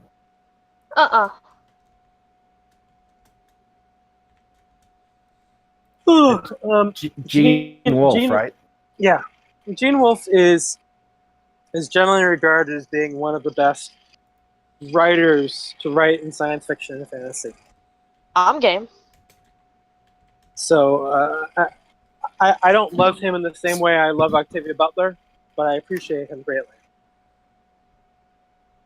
I mean, Octavia Butler for me is the high watermark for science fiction writers, but Gene Wolfe is probably more literary and at least as good a writer. Uh-huh. Have you guys read Activity About It Life? Nope. I don't believe so. Her stuff is quite beautiful. Okay, Chris, so you haven't read much Activity About It, have you? no, or Margaret Atwood. Those are my current two guilty. I need to do that things. So I'm looking up spells for Alexander because it's finally time for me to fucking fill out his sheet. And oh lord, I have found he is a psychic, and I have found some very interesting psychic abilities. I think my personal favorite that I have found right now is Deja Vu. Oh. If the subject fails a will save, they repeat all of the actions they performed previously that round. I like that. And I mean, like, it's not exactly action for action, but like, if Rivo were to, like, I don't know, like attack Salandra in a confused whatever, and then you're like, oh, thank goodness that only lasted for one round, Alexander could be like, deja vu, it happens again. Anyway, Reminds me of the myth with was it Zeus and Hermes? oh, how does that work? Yeah, I think it was in the story. The two lovers who became trees at the end. The two poor farmers who become trees at the end. Because that was their the wish that they were granted. When they were traveling, they were hosted by the poor family, and they were rejected by the wealthy family. They were hosted by the poor family. Poor family gave them all their best, and so Zeus and Hermes blessed them. And one of the blessings was whatever they started to do in the morning, they would continue all through the day. And so, like for the poor family, they kind of would go and like were pulling a coin out of their pocket, or like spinning and making this all this cloth. And then the rich family found out about it, and when Zeus and Hermes came back again, they hosted them, and they ended up getting the same blessings, but it didn't work out as well for them. I believe that it was something like that the wife did something annoying, the husband hit her, and they continued doing that all through the day. Oh Jesus. Oh. So it was, it's just one of those sadistic little parables you get that's a moral lesson. But I think that the poor family ended up they wanted to spend all of time together, and they ended up becoming trees at the end. That's so sweet. Yeah, I actually saw a version of the same story where it was Saint Nicholas instead of Zeus. Two Christian saints. It's like one of the best examples I've seen of sort of cultural assimilation. Uh-huh. That's awesome.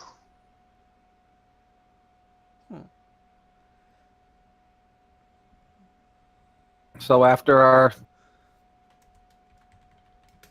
cleanup, that's what he'll go get into. When are we supposed to get to Bowman anyway? Right now.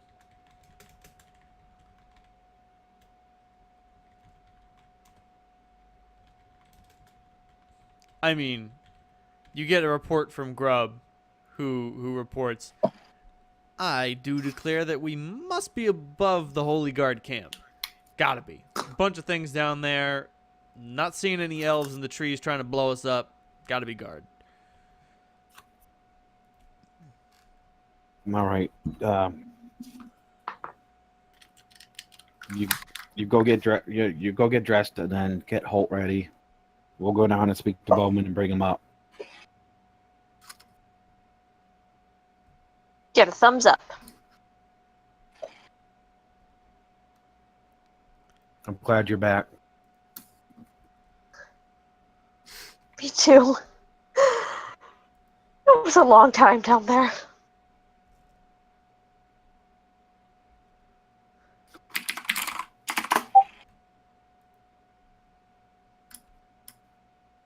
I'll just casually save that image then.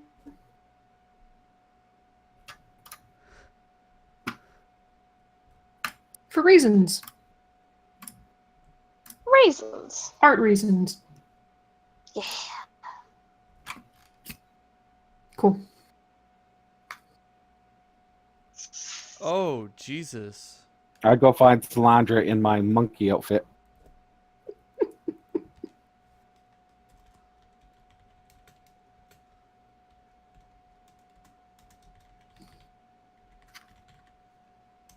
Oh God. I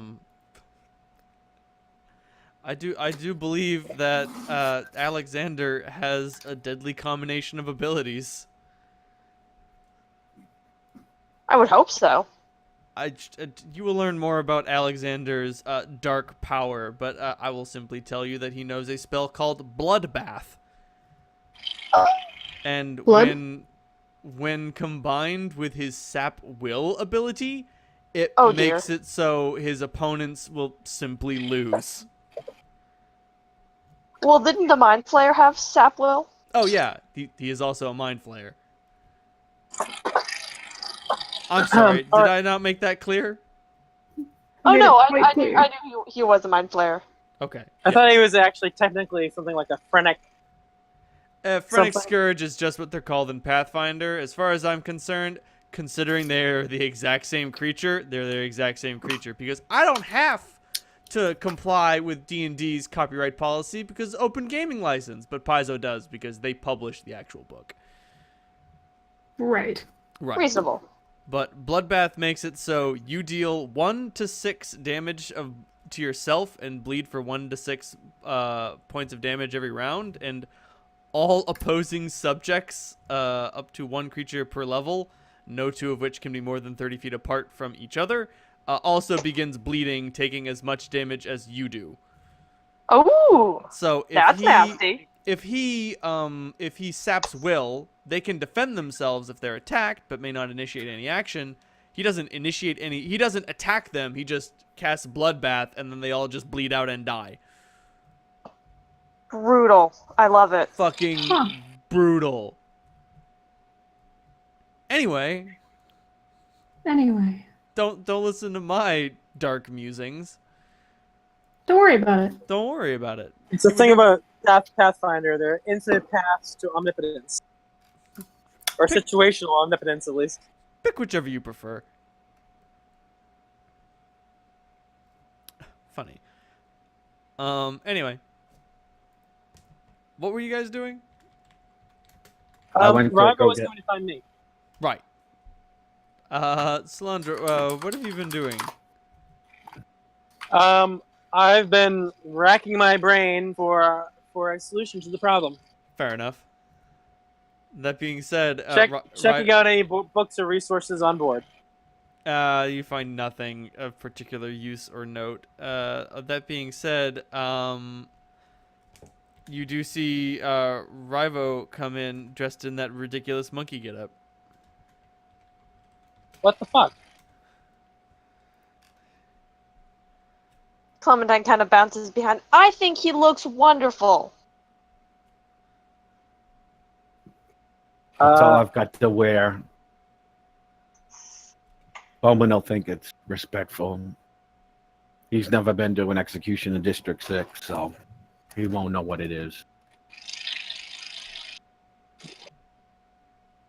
Okay. I'm thinking, well, we have replicators, but never mind. Let's not go there. All right, we should do this then.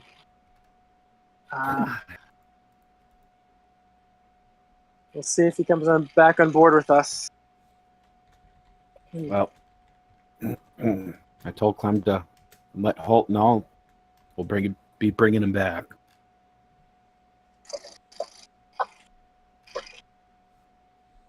Behind Rivo, you hear Clementine go, "Oh shit," and then run away to do that. He's just in his room. Just in his room, thinking about a very important question he was just asked. Yep. Knock, knock, knock. Clem coming with us? Min, No. It's Hey, just Holt. going to be us because I didn't want it to Clementine. seem like we were all coming without hope. Immediately She lights gives you up. a giant hug. Yeah, big hug. I haven't seen you in years, Holt. Surely you're exaggerating. No. Pats the edge of the bed. What's up? Are you all ready to go down and see Bowman? More or less. What's the less part? Yeah. Well, we'll go down I'm a and little get nervous. prepare the way. There's, if you recall from last session, we did have a bit. Yeah, I did use prestidigitation to paint the bottom of the vessel to essentially say, "Not chosen." This is true. A couple of like sort of symbols on there that are indicative of who we are. But yeah, Clem, I'm ready to go. Okay. All She right, grabs stop your short of the hand, camp. pulls you towards So the door. Okay. we don't want to terrorize them.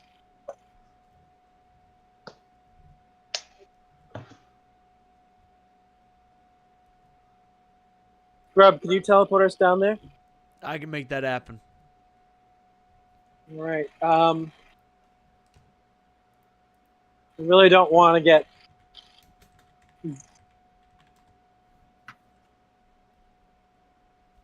They see this ship here, so they probably would expect people to teleport in. So they may have archers on a hair trigger. Do we have like an announcement thing? Unfortunately, no. What the hell? Sorry, apparently this wasn't made to deploy noise marines. Well, send me down first, and then follow right behind. All right. You may be a luck. pincushion. You're not armored. No, I'm fucking tough.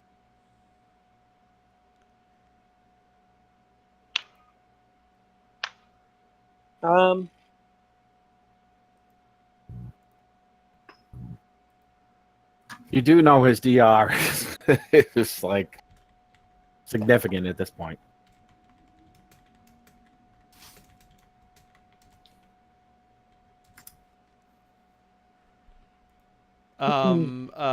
Rivo, do you teleport down? Yep. Hands up.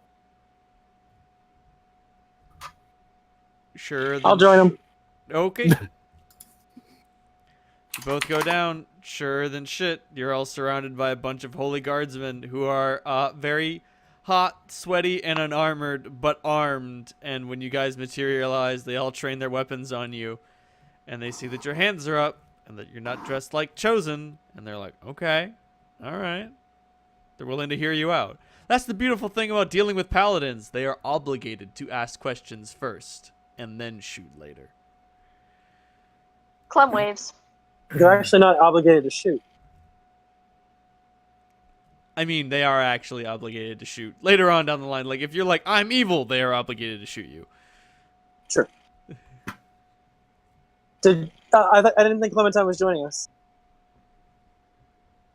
Riva said Clementine wasn't joining you, but Clementine's with Holt, and Holt didn't say she wasn't joining you. Yay, miscommunications! But and now there is Clementine what also happened. didn't tell Holt that he wasn't supposed to go down, so. Sorry, that was deliberate on my part, but not deliberate on Clementine's part. God damn it. It's fine with me. This is Rivo. Rivo was driving that one. Rivo, make your entrance.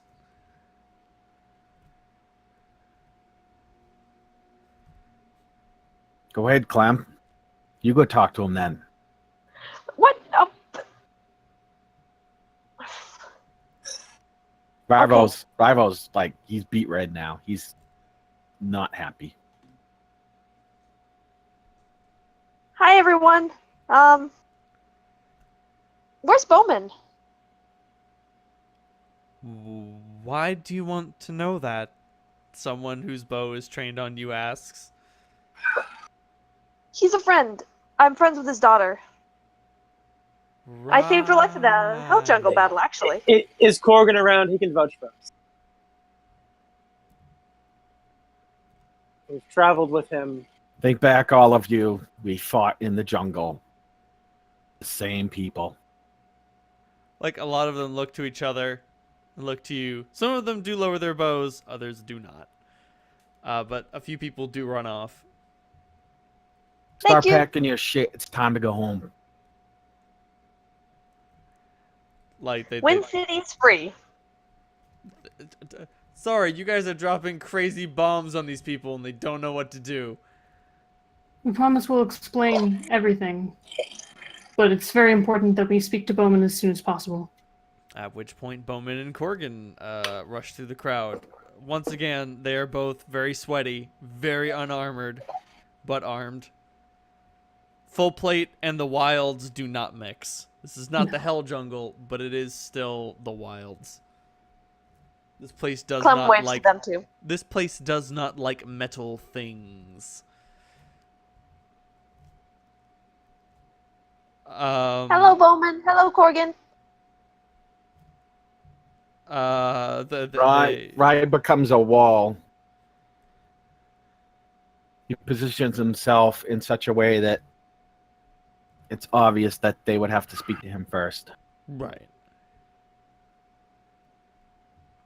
He is beat red, but he's got a smile on his face.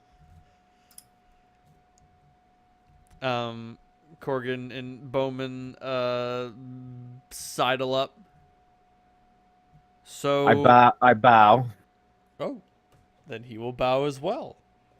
That has changed his attitude considerably. To what do we owe the pleasure? We haven't actually talked yet. Other than fight. We come on business about Wind City, but I would speak to you first about something personal. I understand.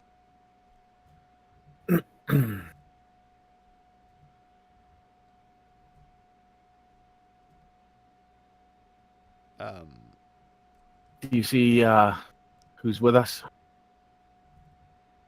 Holt, do you make yourself apparent, or do you shy away from Bowman's gaze? I'm gonna make a roll.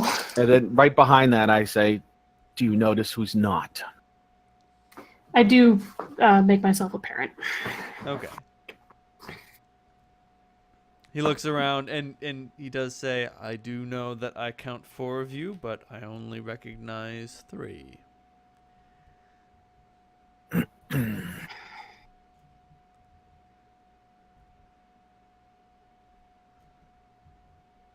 Rival wanted to take lead on this, so I'm letting you. Oh, what is it? The 4th is your protege. Yes. He quirks his head a bit. You did train Holt to be a paladin, did you not? Oh, pardon me. Yes, I did.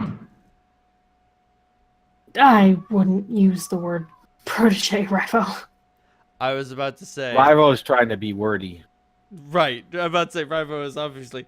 Man, I've read these words before. I'm going to use them now. Oh, wait. Oh, no.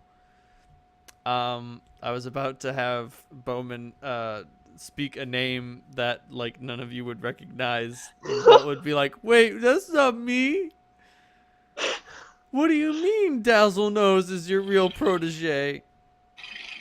No, that's fine. Wait, isn't Corrigan on the other side?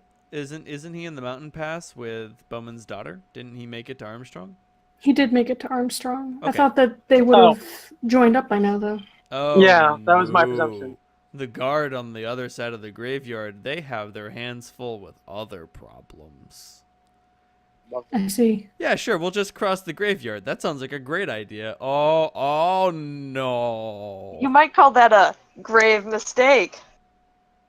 Clementine, you lose 800,000 experience points. So who is with Bowman? My bad. You know what? Another elf? Let me Kurgan's get- twin brother, Kurgan. Do I No. recognize them?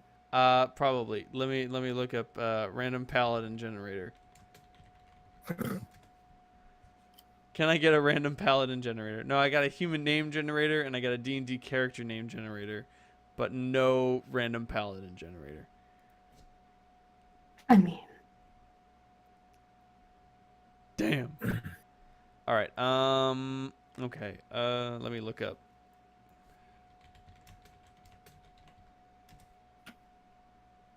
Pathfinder random race table.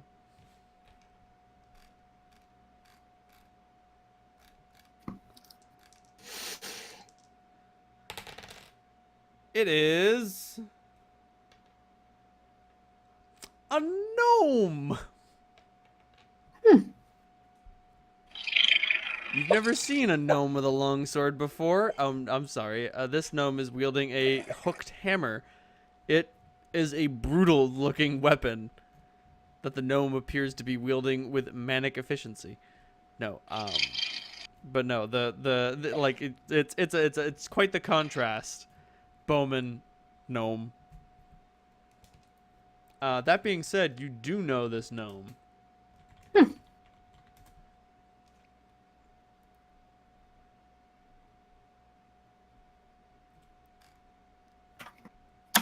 Her name is Daffy Feeks, the ankle biter of justice.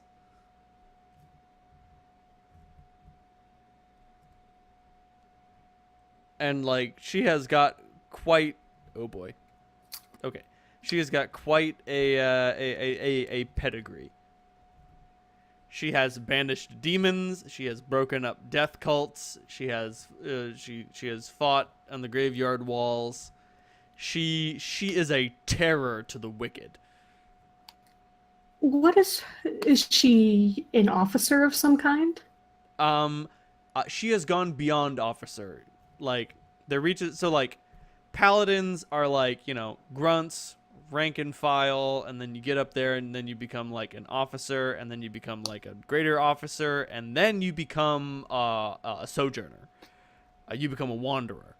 You no longer A knight errant. Yeah, a knight errant. You no A longer staggering far does big tobacco 72% go? of My Oh, real big question tobacco. is, come would from it be the lower income respectful thing communities. to call her?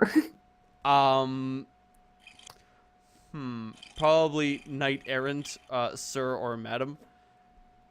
Cause like, at that point, like she has gone beyond rank. Like she doesn't have a rank. She's just Daffy Fix, ankle biter of the ankle biter of justice. Ankle biter of the dead. I just keep thinking ankle biter of the dead, and I'm like, no, that's not it. How about ankle biter of the damned? Like the reason she got that nickname is because like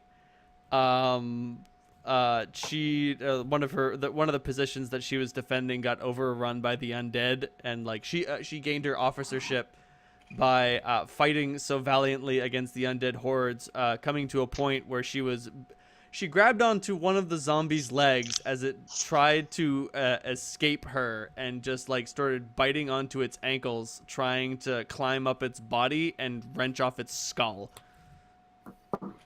Good thing paladins are immune to disease. Good thing paladins are immune to fucking disease. Like she is known to be dangerous, bloodthirsty, and unrelenting in her pursuit of evil.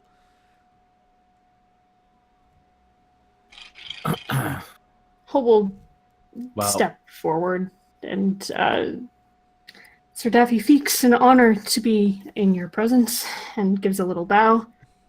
She just nods.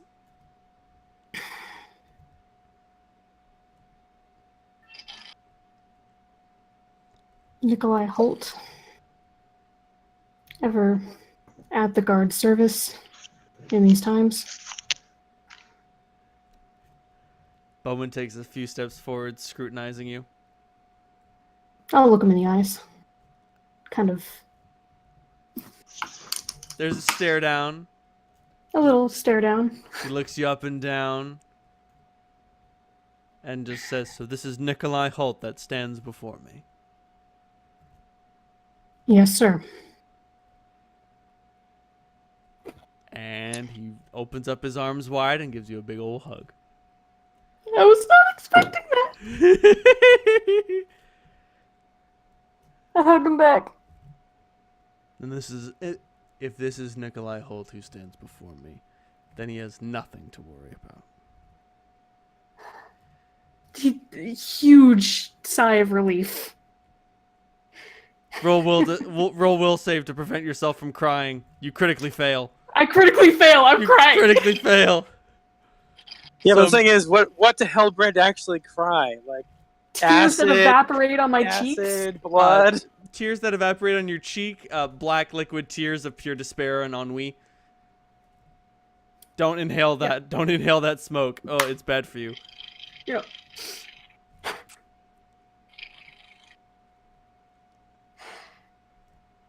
I'm sorry.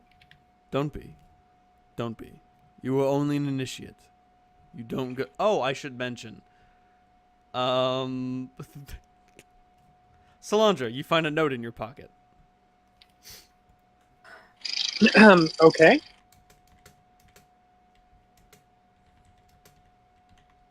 Do I know when that appeared? Did I feel something, or? No, you realize it's been there for quite. You recognize that you didn't realize that it entered, but like something, the humidity gets to you and the way that your clothing stick to you. You're like, oh wait, there's something there. So while they're having the hug off, I kind of check out the gnome, give her one of those, yeah, nice, badass nods of one badass to another. I'm a pretty bad dude, and she gives you the up nod and says, "I'm a pretty bad bitch." I'm having to get rid of a pretty sweet hammer myself. But Bowman's hugging you, Holt, and he's like, "You were only an initiate. You never learned what we do to. Never mind." He holds his hands up to all the other people with the bows, and he's like, "These are my guests. They are welcome among us. They will help us. They've already helped us. Come with me." So cut to the chase a bit. Wind City is free, but it's in a state of free fall and chaos. Disarray. Yeah, Unsurprised. we were hoping that you could come back with us, with some core of your men, and essentially form a kernel.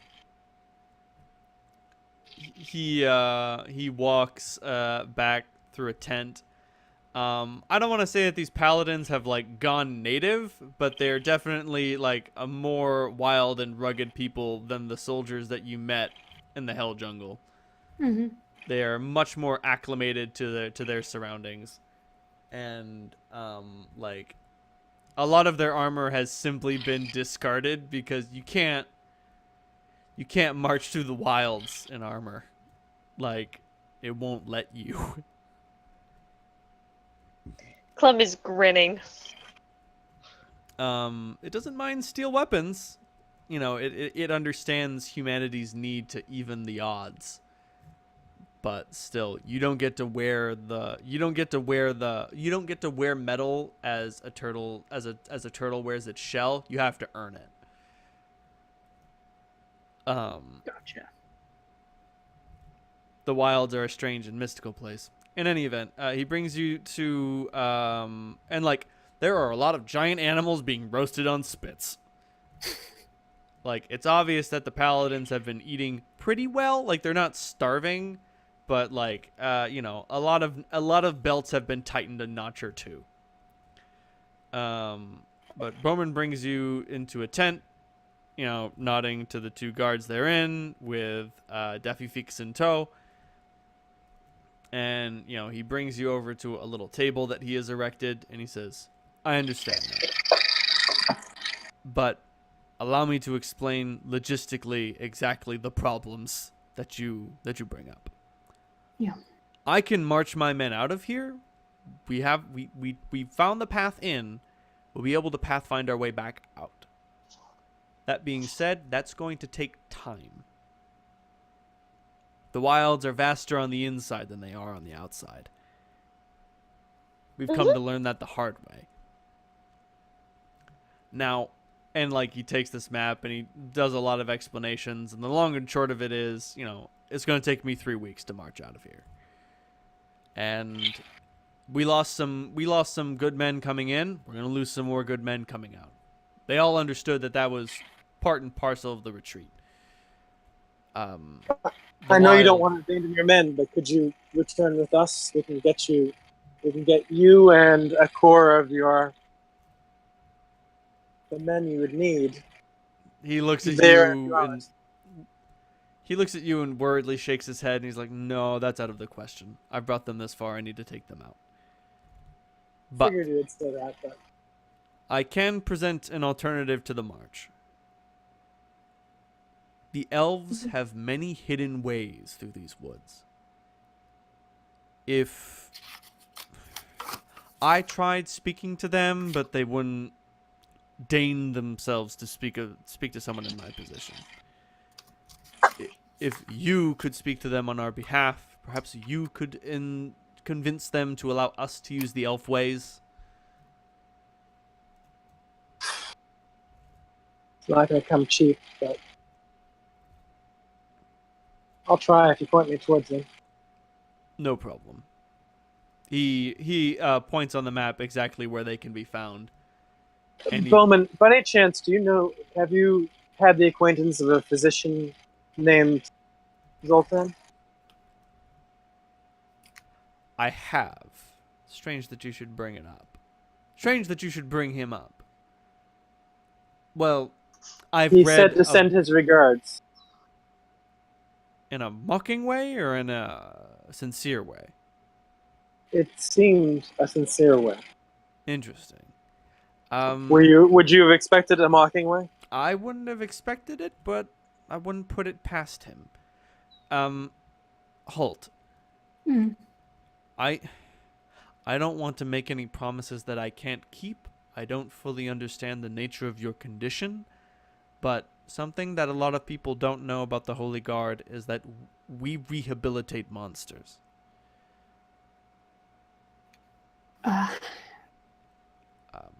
I don't know if you want that, and he holds up an arm defensively, just I don't not to say that what you have is a disease, not to say that being hellbred is a disease that needs to be purged from the earth, but if you want to get rid of it, we can help you with that.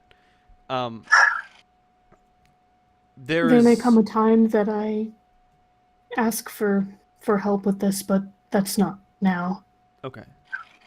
Bowman, I brought no this danger along to myself or others. in case you had questions. I hand him a small book. Is it everything you need to know about hellbred? Pretty much, it's the stuff I Hellbred transcribed from Aziz's library. Oh, wow. He Nice. looks it over and says, "This text is superior to our own." He says with some degree of almost hurt pride. Just oh yeah, man, we're so good at rehabilitating monsters. And then this elf from a fucking airship on an adventure is oh hey, I found this book that puts yours to shame. But he simply. So you remember, I made a very good roll when I was researching Hellbred, and that was the result of the research at Aziz's library. Yes, you did. And he says, "Truly, Aziz has such wisdom." I have not found its height or breadth as of yet.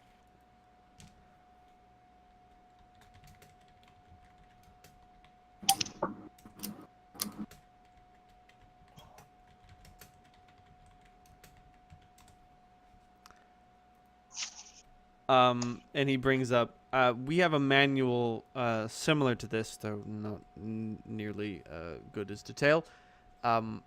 I obviously wasn't there. It was far before my time, but we have records of every creature of the night who comes to us seeking redemption. And Zoltan's name is among them. It's cited as rehabilitated and released. Many of them do not earn that second mark. Some of them succumb to their old ways. They are not given a second opportunity at redemption.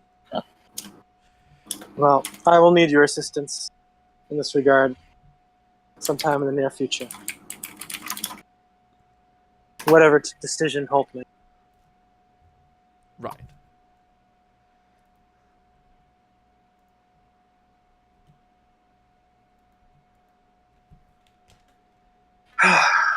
So I guess it's talk to the elves. That seems like a job for Clementine and I more than the boys. And my people may be able to help too.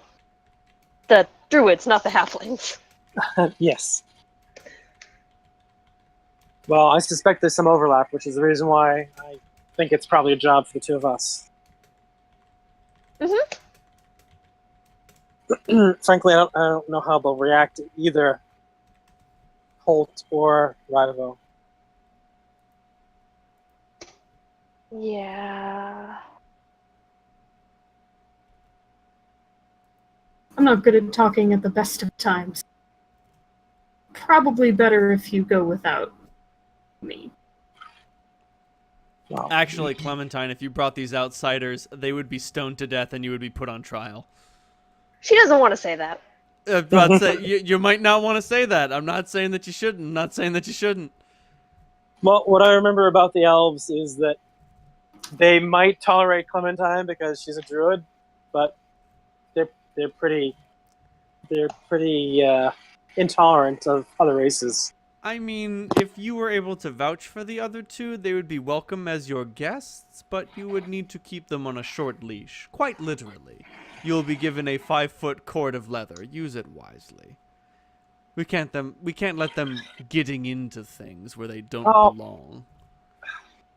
Holt would enjoy that too fucking much. I'm scary and covered in metal. They don't want me anywhere near their precious tree. They wouldn't Alright, call so- you scary, they would call you disgusting. Either way. You're disgusting and covered in metal.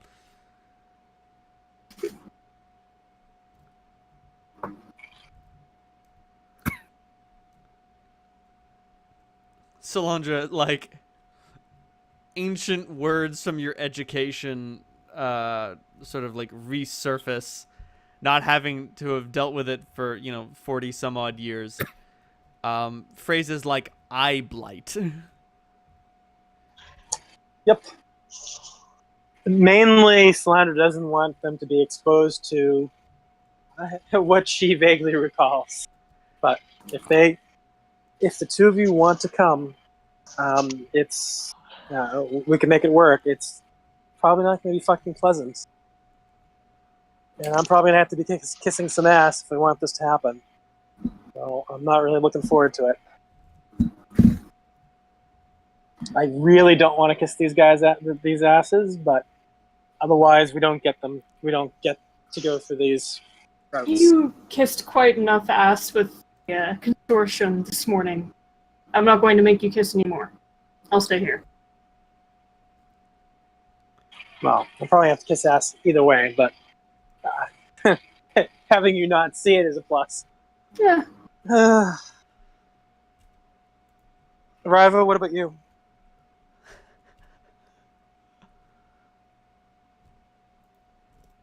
I've got other things I can be doing.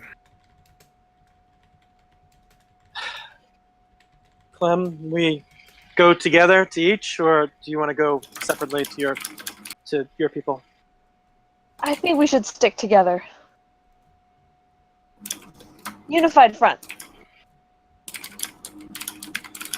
Clementine, you know damn well you guys should stick together. The wilds enjoy a lone prey. She doesn't say any of that. I don't say that out loud. If I brought you to before the Druids' Council, they would stone you to death, and then they would punish me for bringing outsiders. I'm not going to tell you that.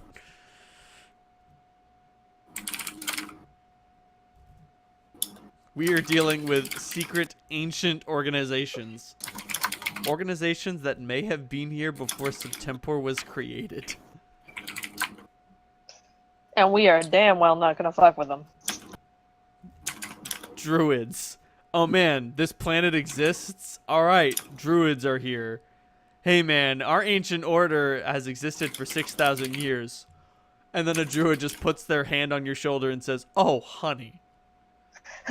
Oh muffin.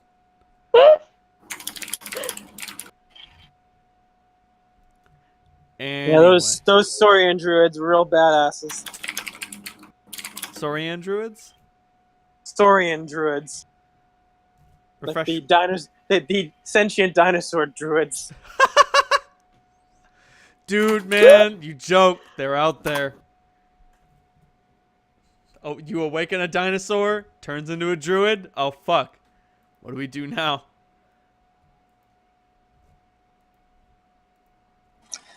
All right. It's been a long time. Where should we go? I'm looking at Bowman. Okay. He points to where he had a conversation with one of the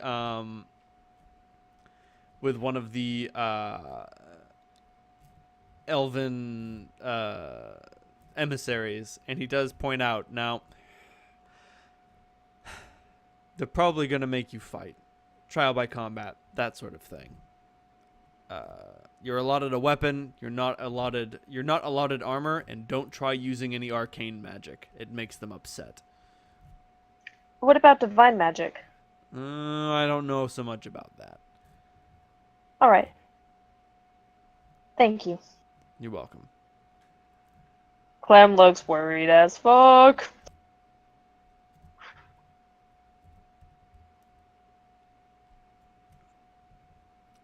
That being said, obviously, they don't know where to find the druids. Can you guys hear me? I can hear you. Yeah. Okay. I got hijacked again. Sorry. Up. Blip. Blip. Yeah, obviously they don't know where to find the druids, because, like, only druids know where to find the druids. First Do rule I know where to find the druids? First rule of Druid Club: don't talk about Druid Club. Like, I've been to the wilds before, but not for a long time. This is true. That being said, like, membership to the Order of Druids is like for life until you get kicked out. And like, you need to do heinous crimes against nature to get kicked out. Or teach someone the language. Or teach them. Well, that will get you kicked out, and like maybe you can get back in, but like remember, it has to be a crime against nature in order to get exiled from the Druidic organization. Like, there are evil druids. Clementine, make no mistake. There is a dark heart of your organization. Well, not a heart. Heart would imply that they have a lot of power. There's a dark spleen of your organization that has devoted itself to, like, killing all humans. That's just crazy old George. We just let him kind of do his thing. I mean, like, you know, he's grandfathered in, quite literally. And he's like, we're gonna kill all the humans. Blood plague. Humans make the best mulch. Humans make the best fucking mulch, and if it weren't for their fucking cities, this world would be as it ought to be. Composting with blood. Yeah, man, I can dig it. We've all been there. I mean, we were all young and angry, you say to old George, who is 96 on the verge of death, but still looks like a 28-year-old man. Ageless body, baby. Ageless body. Wish I would have gotten that before last session.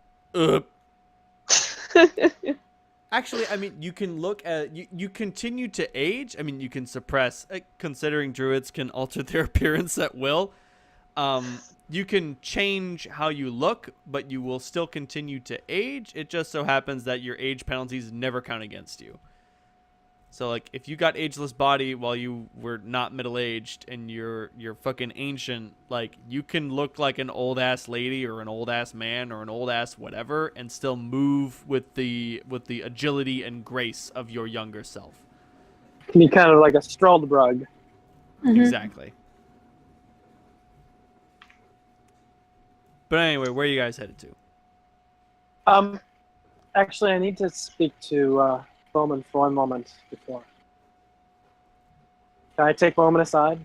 Just everybody wants to take Bowman aside, and he's like, all right, Oh, all right. I missed. No, it's fine. Like, Holt brought something to his attention, and he's like, he looks at you, Holt, and he's like, give me a moment. She'll Yeah. be leaving. I'll deal with this first. And so Oh, I didn't. Was he already aside with Holt? Sorry. Yeah. It's okay. It's not important. Not quite, but like Holt had been like, hey, Bowman, we have some important shit to talk about. And Riva was like, Bowman, we have some important shit to talk about. And now Solandra is like, hey, Bowman, we have some important shit to talk about. And he's like, okay, important shit triage. Solandra first. You know who I fucking talked to, right? I've heard the rumors. I have no reason to disbelieve them, but I have a hard time believing that they're true. Well, we haven't had this conversation, but you might have heard that I'm an atheist, and I don't really, I'm not liable to make stuff about this up. In any case, she's recommending that we find your patron's tomb. Do you have any idea where that might be? Unlike Marduk had a strange humility about him. He did not consider himself a warrior in the army of the Seven Winds. As such, he was not interred in the graveyard. That much I can say. I assume that he buried himself along with his city, but obviously its location has been lost to time. Almost certainly by his doing. It's never easy. It never is. All right, one quest after another then. Let's we'll take our leave. Although, don't be too down on yourself. There are those who have claimed to have found it. They can't all be lying. You'd be surprised. He chuckles and returns in. Unless, of course, you're not done with him. No, that's what I needed to know. As a powerful paladin with a high charisma score, he knows when a conversation is over. Mm. Social acuity. He has it. I don't. Fuck that shit. I borrowed it.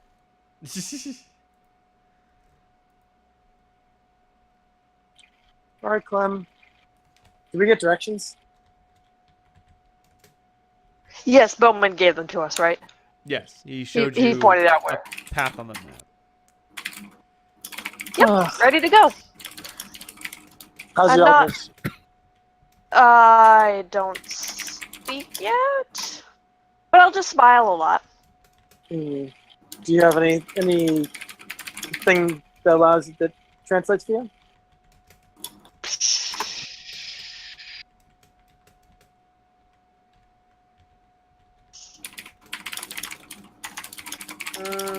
Nothing I've prepared.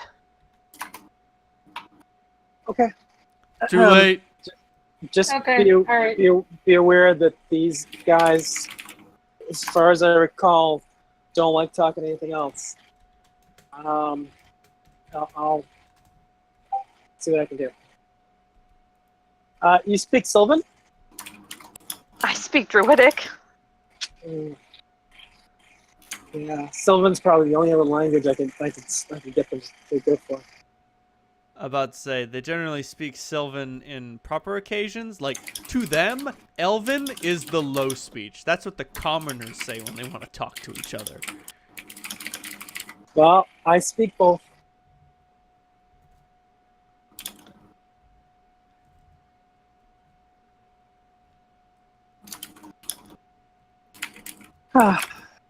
Sorry.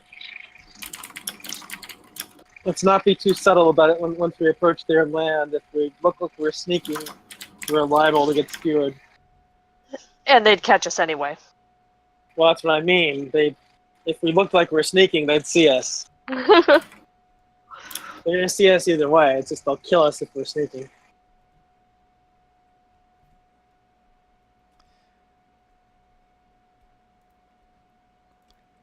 I'm gonna keep an eye out for any, I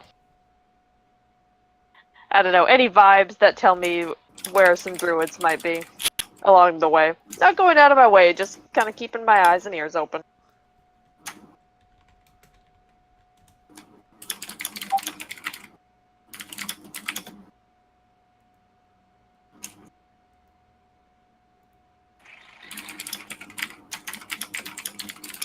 All right, we are definitely going.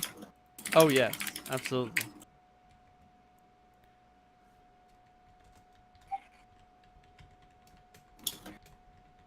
Safer to fly, you think?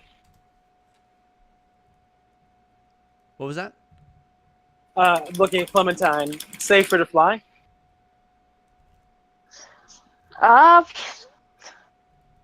Honestly, with snakes that jump that high, dangerous either way. Whatever you're more. Also, like, the higher you go, the more likely you are to get attacked by giant wasps. Giant what? Wasps.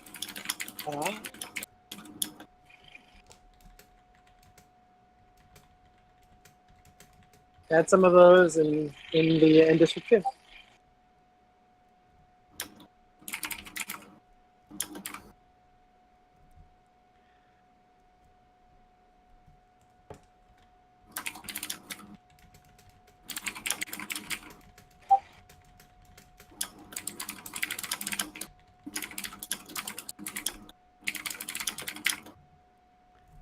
Alright. So, Salandra and Clementine, you guys head through the wilds. I'm gonna need perception checks from y'all. Got it.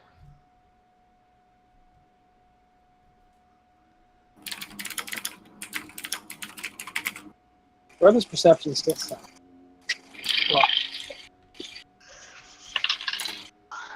Oh, even 30.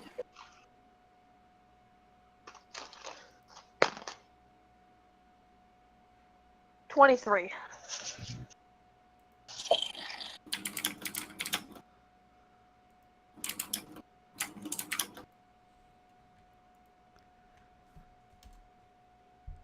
Oh, hello.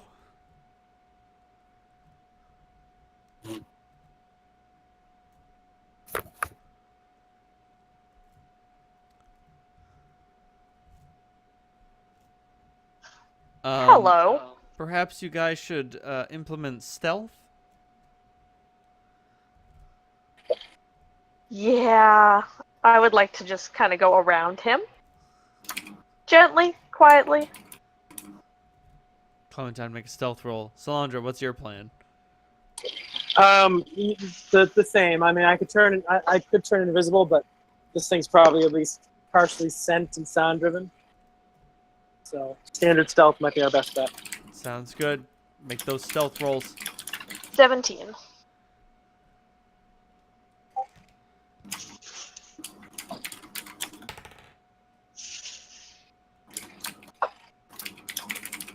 Placated as it is by the allure and delicious taste of red meat, it does not notice you as you both skirt around its fresh kill.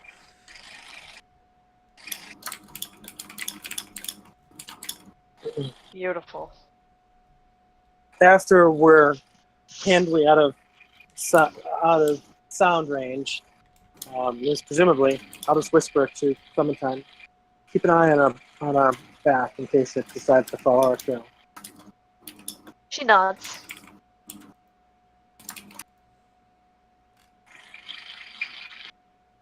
I like So it. I'll focus in the front.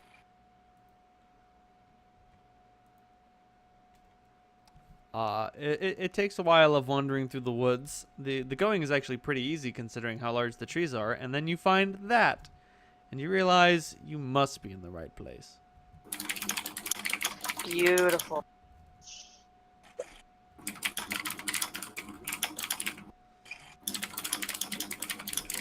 And you hear a voice from amongst the trees that just, reaches out, echoes around, impossible to pinpoint, that just says, Salandra u a etriel betalis. That's me. I'll say in Sylvan. What language are they speaking? They are speaking Sylvan.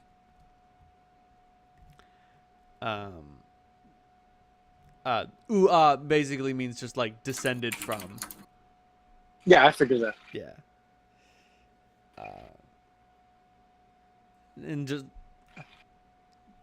your mother left us long ago and took you with her, and yet you come back to our door. Yes. I request a boon. Really?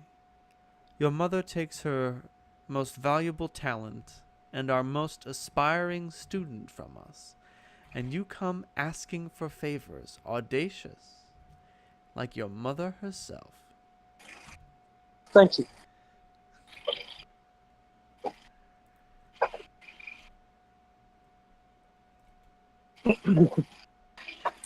Slander does not smirk. She's doing the channeling Kira thing.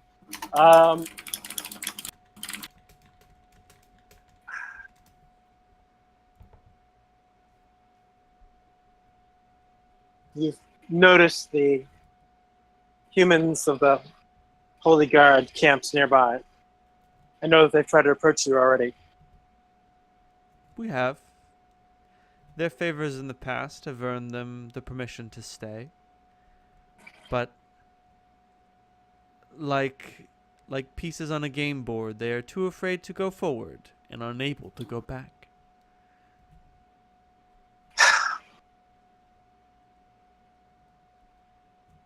We're coming just now from Wind City, which was... Perhaps you noticed a magical conflagration yesterday? We did. It was centered around Wind City, and the followers of the Chosen who had taken it were displaced, leaving it a place forlorn. No leaders, no structure, no authority.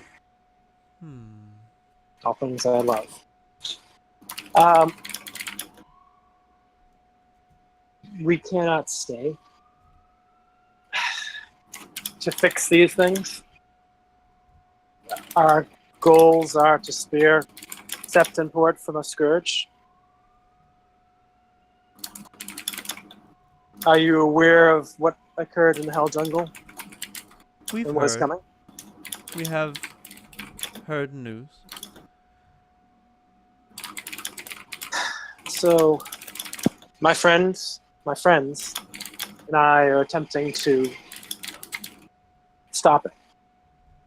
And having the Holy Guard return to Wind City and returning stability to the district is an important piece of that. The sooner we get them there, the sooner we can free up other resources and assets. So we would request that you allow them entry through the paths that you guard, which I recall from my childhood.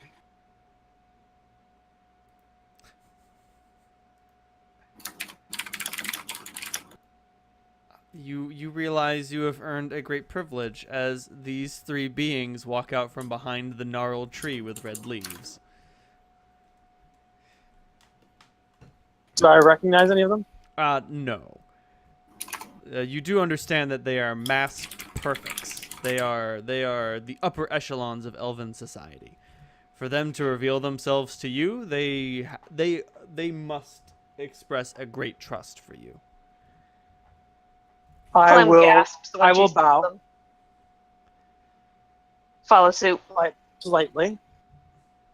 If I remember essentially, Salandra probably had dancing training from when she was, from when she could walk. Right. So, and the appropriate way of dealing with this is something that would be ingrained. Absolutely. There is a bow, a curtsy, and a small sort of dance maneuver. Salandra, do you have any ranks in perform dance? Oh yeah. Oh, Lots. wow. Fucking roll that shit. Remember, you can't take dervish dance without having to perform dance. This is fair. Well, not lots. I have some. Still, some is greater than however many I expected you to have. What? 29. God damn. That's that was a crit. if such things were possible on skill checks. Critical dance. I really did not care that much about it, but my You fucking do now. my purple die apparently had other thoughts. No, it's not the You purple die, put it's your the blue. everything into this bow. That's the blue die that never rolls well. Interesting. The two onlookers, do nothing. They among the perfects, they always travel in three. One of them is secretly in charge, and the other two are simply that one's attendants. But they constantly switch position. Like, one of them does the speaking for the three of them, and the two others always stand aside. But it is always unclear as to which one is actually in charge and which one is actually just pretending to be deferent. Can I make a sense motive roll just out of curiosity? Go for it. Why do I think I'm going to fail this one? Not like they're inscrutable or anything. 33.